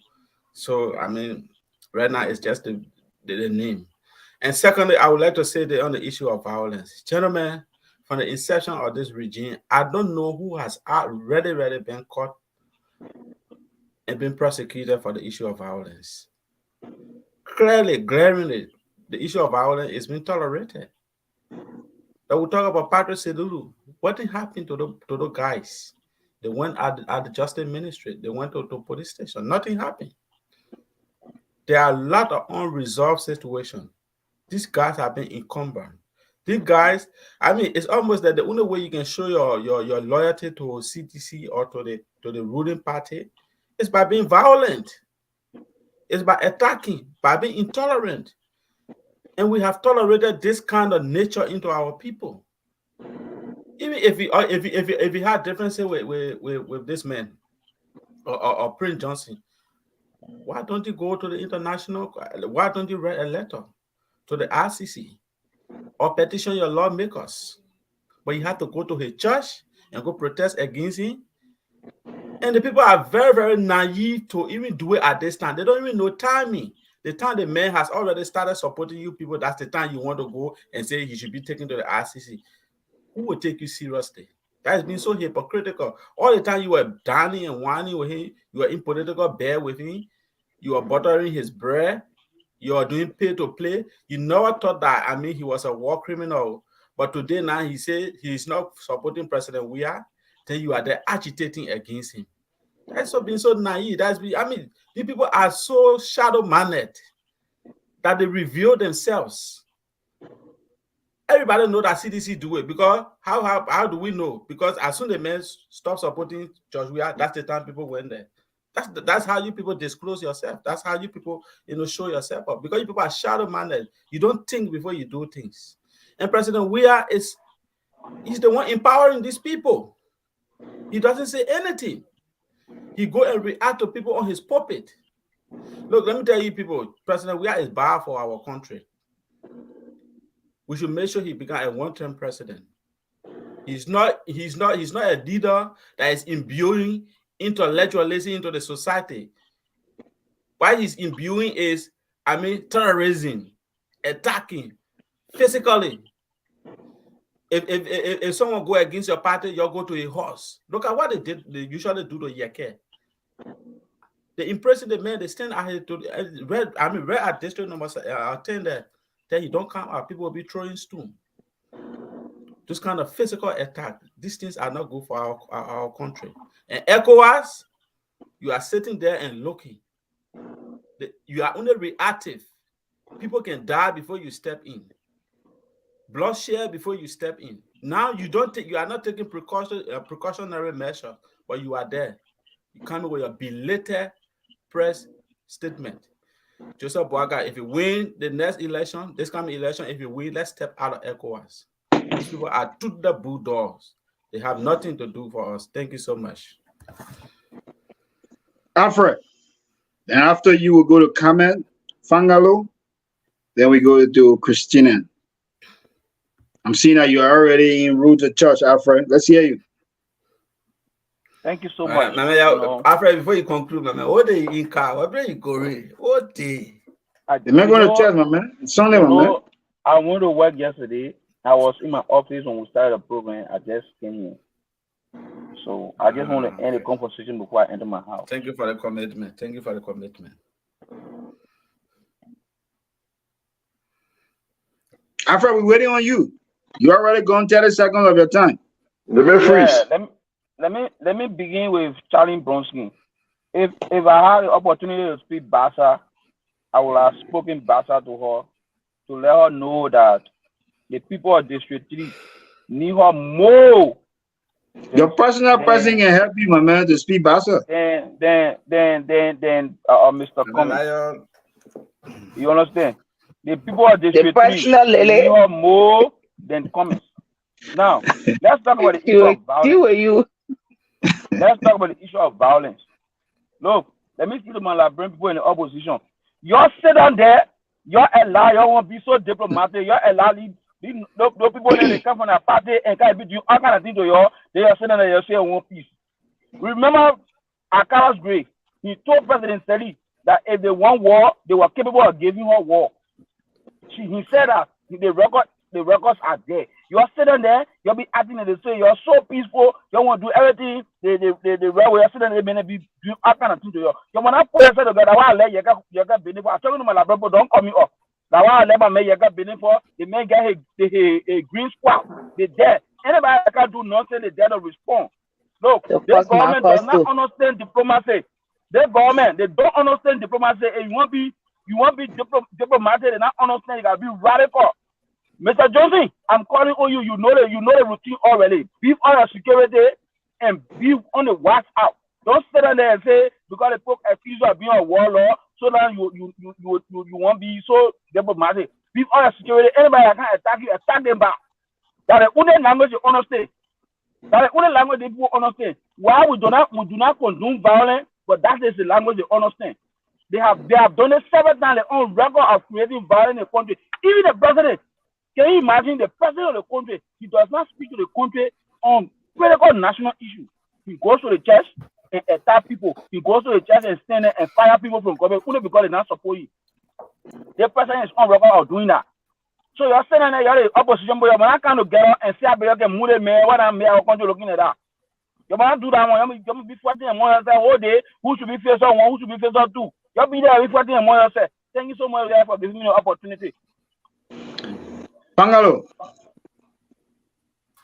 I chief to my chief Neo, and I'm my immediate boss now. Okay, Chief Pangalo. Thank you, my brother. Thank you. It was a beautiful day, although I came in late, but you guys, I trust you guys. You guys held the steering good. But I would like to touch one or two things here. First thing here, I recalled a few months back, the Chief of Staff of the Armed Forces of Liberia, named Prince C. Johnson, came up with some statement with reference to people who were talking about causing chaos or violence in the country, that they will relent. But to my utmost surprise, these things are going on and he's not saying anything about it. Is he in bed with the current government? That's my question. Now, the stockpile of weapons that was, that was discovered in a couple of areas within the Republic of Liberia, have some of those weapons and ammunition that was discovered. The Armed Forces of Liberia don't even have those things in the armor. And he's sitting there and have not even said anything. Is he still in bed with the government? Those are my questions. I keep asking those questions. And the reason I'm asking those questions, we do not depend on the national police when it comes to this situation, most especially in Liberia, because the national police is a partisan police. We all understand who is Patrick Sulu. Patrick Sulu is George Weah. We understand that one. So we're not going to Patrick Sulu on this discussion. The next thing here is the issue of, in fact, it still boils back to the same Armed Forces of Liberia headed by Prince C. Johnson. We talk about freedom of assembly. We see how people freedom of assembly is being infringed on currently in the country, and we are gearing to national elections. What are they saying? Are they sitting there waiting for things to happen before they come out and say, "Oh, we go against this person," or because it's not against them? What is going on? The issue of national security is being tampered with, and sorry to say, you guys have cried with ECOWAS name here. No, my brother, ECOWAS said fire with Liberia. God fire with Liberia, my man. The reason I'm saying this thing here, although people say, but we're gonna keep talking. What kind of small country, less than 5 million people, getting called hard time like this? Eh? What kind of country is this? ECOWAS brought thousands of people that died down there. The United States government took the taxpayer money and went down and started to restructure the security sector. And we cannot maintain those things. It's in the people money now, just for all to be taken free all the time and we'll say that international community. Why can't we help ourselves? Now, Liberians, this is the time for you guys to wake up. They're not one crazy child. We all understand that George Weah is very incompetent when it comes to leadership. So even when he was football captain, to even maintain the low starting was a problem for him. That small team. Then he said, whole country. He barely talk to the country when it comes to national issues. He goes to the church and do captains. He get on FaceTime and be showing camera around and he's not playing ball. Even celebrities don't do those things. You know what I'm saying? What Liberians, we need to wake up. We see the proliferation of drugs in the country. That's, I believe, why they say that Jamaica Resort is one of the headquarters of the drug cartels. We see the proliferation of drugs in the country. We see our youth right now. Almost every one of them are drug heads because they don't have jobs. They don't have nothing to do but excess of drug in the streets. They arrested drugs they arrested stockpile of drugs, which you know the United States government was part of the the seizure and stuff at the port of Freeport. People that were involved, you woke up and say, "Oh, let's free them." What kind of justice system you have down there? What is going on? Liberians, wake up. The thing are coming anywhere, smoke and fire there. Just slow down and put the government in check. Because if we not put the government in check, the one are coming, it will be more than the one we thought was year April 6th. I'm feeling with that. You guys have a blessed day. Christina, let's hear you. The issue of Charlie Bronstein. Can you just speak closer towards the mic? That will be fine. The issue of Charlie Bronstein taking the position as fast running mate to Alexander Cummings will just destroy her political ambition. Though I do believe that even in District 3, she may not win. What? Sorry, man. I trust that she can build up from somewhere before. Oh my God. I trust that she can build up from somewhere before she can start to build her political capacity from somewhere before she can ascend to that higher authority. The issue of Prince Johnson is scaring. We need to take it into serious consideration. We're begging President Weah to look into that issue and address it, that Prince Johnson can have a redress. The issue of drugs being trafficked through our country is scaring because our children, as the previous speaker said, our country now is in a devastating situation because our kids are being drugs addicts. Our children now are being addicted to drugs. The future of our country is ruined by drugs. So freeing those people just gave the government a poor signal that we can't trust the government because we don't know why. If even those cases are not juror cases, that jurors should hear those cases and pass verdict. It's a case that should be passed through the court that a judge should pass verdict upon because drug hearing cases are not just cases. Those people are being set free. We don't know their next move. We don't know what's going on. The money that were confiscated have been given back to them. It's a kind of, I don't know, but right now I'm just feeling so disappointed. So disappointed that those people could be set scot-free and they are going with no judgment, nothing. And the issue of electoral violence is a kind of serious issue that we should take into consideration. If Prince Johnson can be attacked today, what become of electoral violence? We should understand people are not wishing for it, as people previously stated that we are wishing for evil. No one wish for evil to bestow upon themselves because we have our kids, we have children, we have family within Liberia, so we're not wishing for anything bad to come to Liberia. But we should calculate. Security calculations are very essential for those kind of processes. If there should be electoral violence, it falls down to the common people. The country going back downward, it going down to the common people because people who have money, who in authority will take their family now. Most of them, their children are not even there. Yesterday, I saw Akaro's Moses Grace's son graduating from one of those universities in the United States. So it's something that we need to take into serious consideration and pray for our country to not go down that route.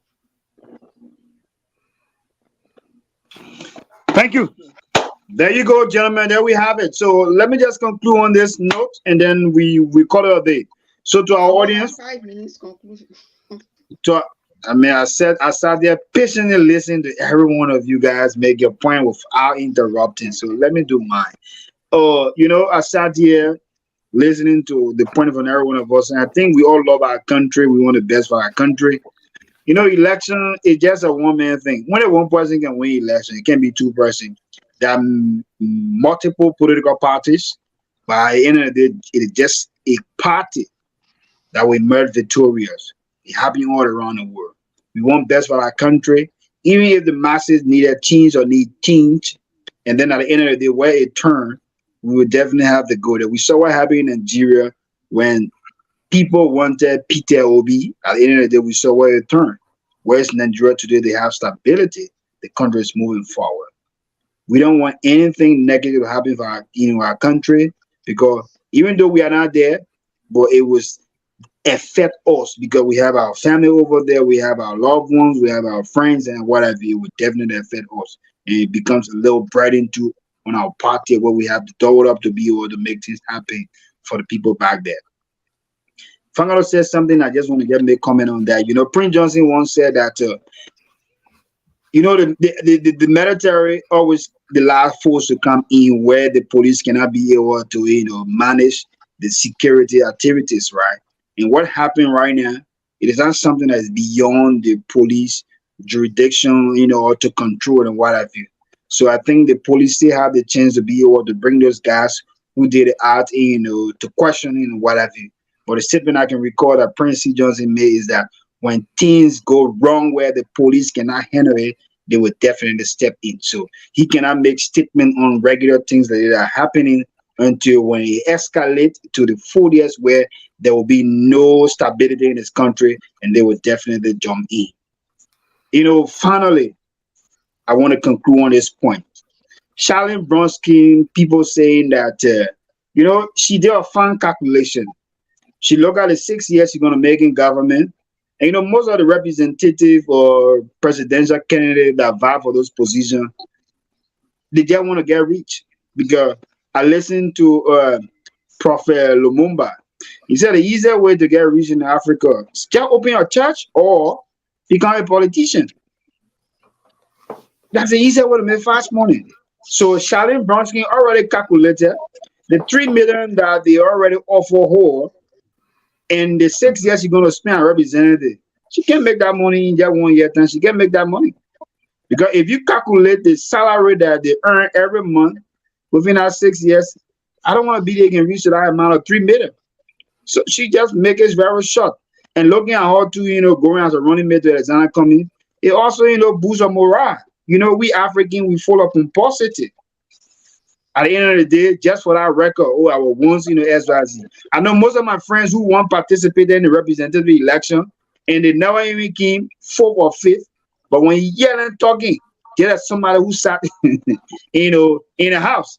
I once, aspiring, the name is already on the list, So it's a fun thing for Charlene, like she said, that you go and consult her people. When the people agree, at the end of the day, she will support. She already made up her mind to support. I think it is a fun thing.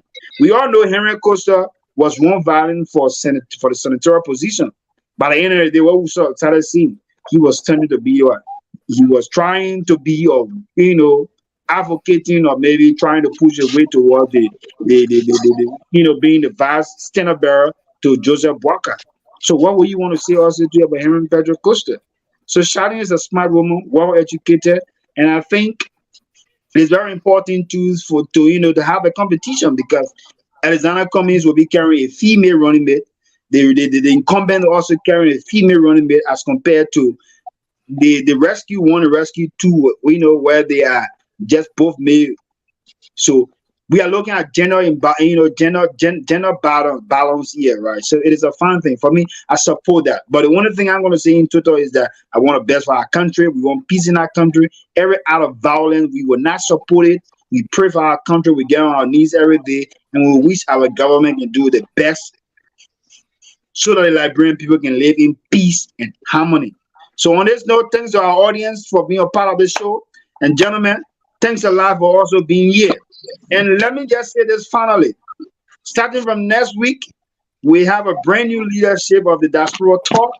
So starting from next week, you start to get used to your new CEO, your new co-host, and XYZ and blah, blah, blah. So that's just a breaking news also too from our side. So hope you guys are going to still work with us as you have been working with us. We thank you all for being a part of our show today. Have a brand new week, and God bless us all. Over to you, Gabriel. Thank you so much, gentlemen. Thanks, everybody. All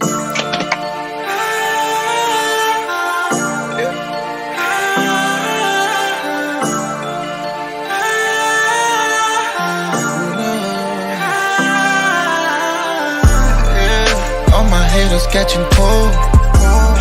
From head to toe, I'm in my zone. Where play you when I had no money? Like now you acting like you know me. Who you are, yeah, who you are, yeah. You know me, but I don't know who you are, yeah. Flexing on these bitches in my new designers, yeah. I know Benjamin Franklin, I don't know who you are, yeah. They been tryna hit a bullet, but this is my time, I own this Rolex. Switch it up, baby, tell me what you want, I got what you need, no, don't jack. Even though you wanna get when I will write a check, say, I can ready put you on, I can show you what you want, yeah. Shawty want a threesome, I might do it for the fun, yeah. I can let her run around, get that pretty bitch her space. Cause anytime she come around, she know it's a holiday. Yeah, I don't have to see an ID, I know who's my brother, I know who's my friend and me. I know all the undercover secret agent and I tryna kill my energy. Señorita, looking at pizza, you don't need a visa. Enter my world, Mona Lisa, to take away this. We my bounce on naked. All my haters catching cold. From head to toe, I'm in my zone. Where play you when I had no money? Like now you acting like you know me.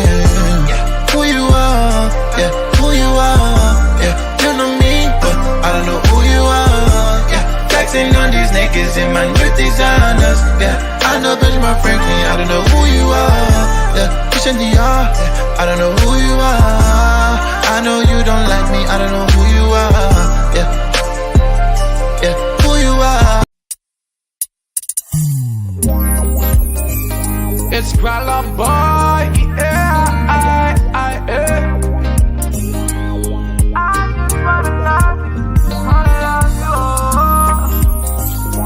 King Jaffa, see you, Papel.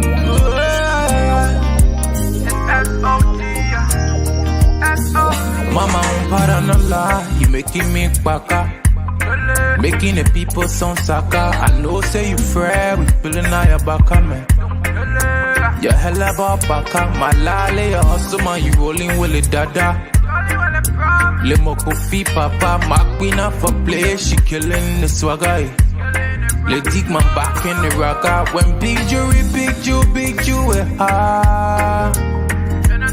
Nobody found it like you, man, and I no liar, liar. When big jury, we're high, man. Nobody find it like you, man, and I no lie, man. I swear, and I no lie. I won't be a Ichereche, oh yeah. Let the pop be a Jew. They're pressing a Ichereche, oh yeah. Can I be your favorite Ichereche, oh yeah. Oh, no.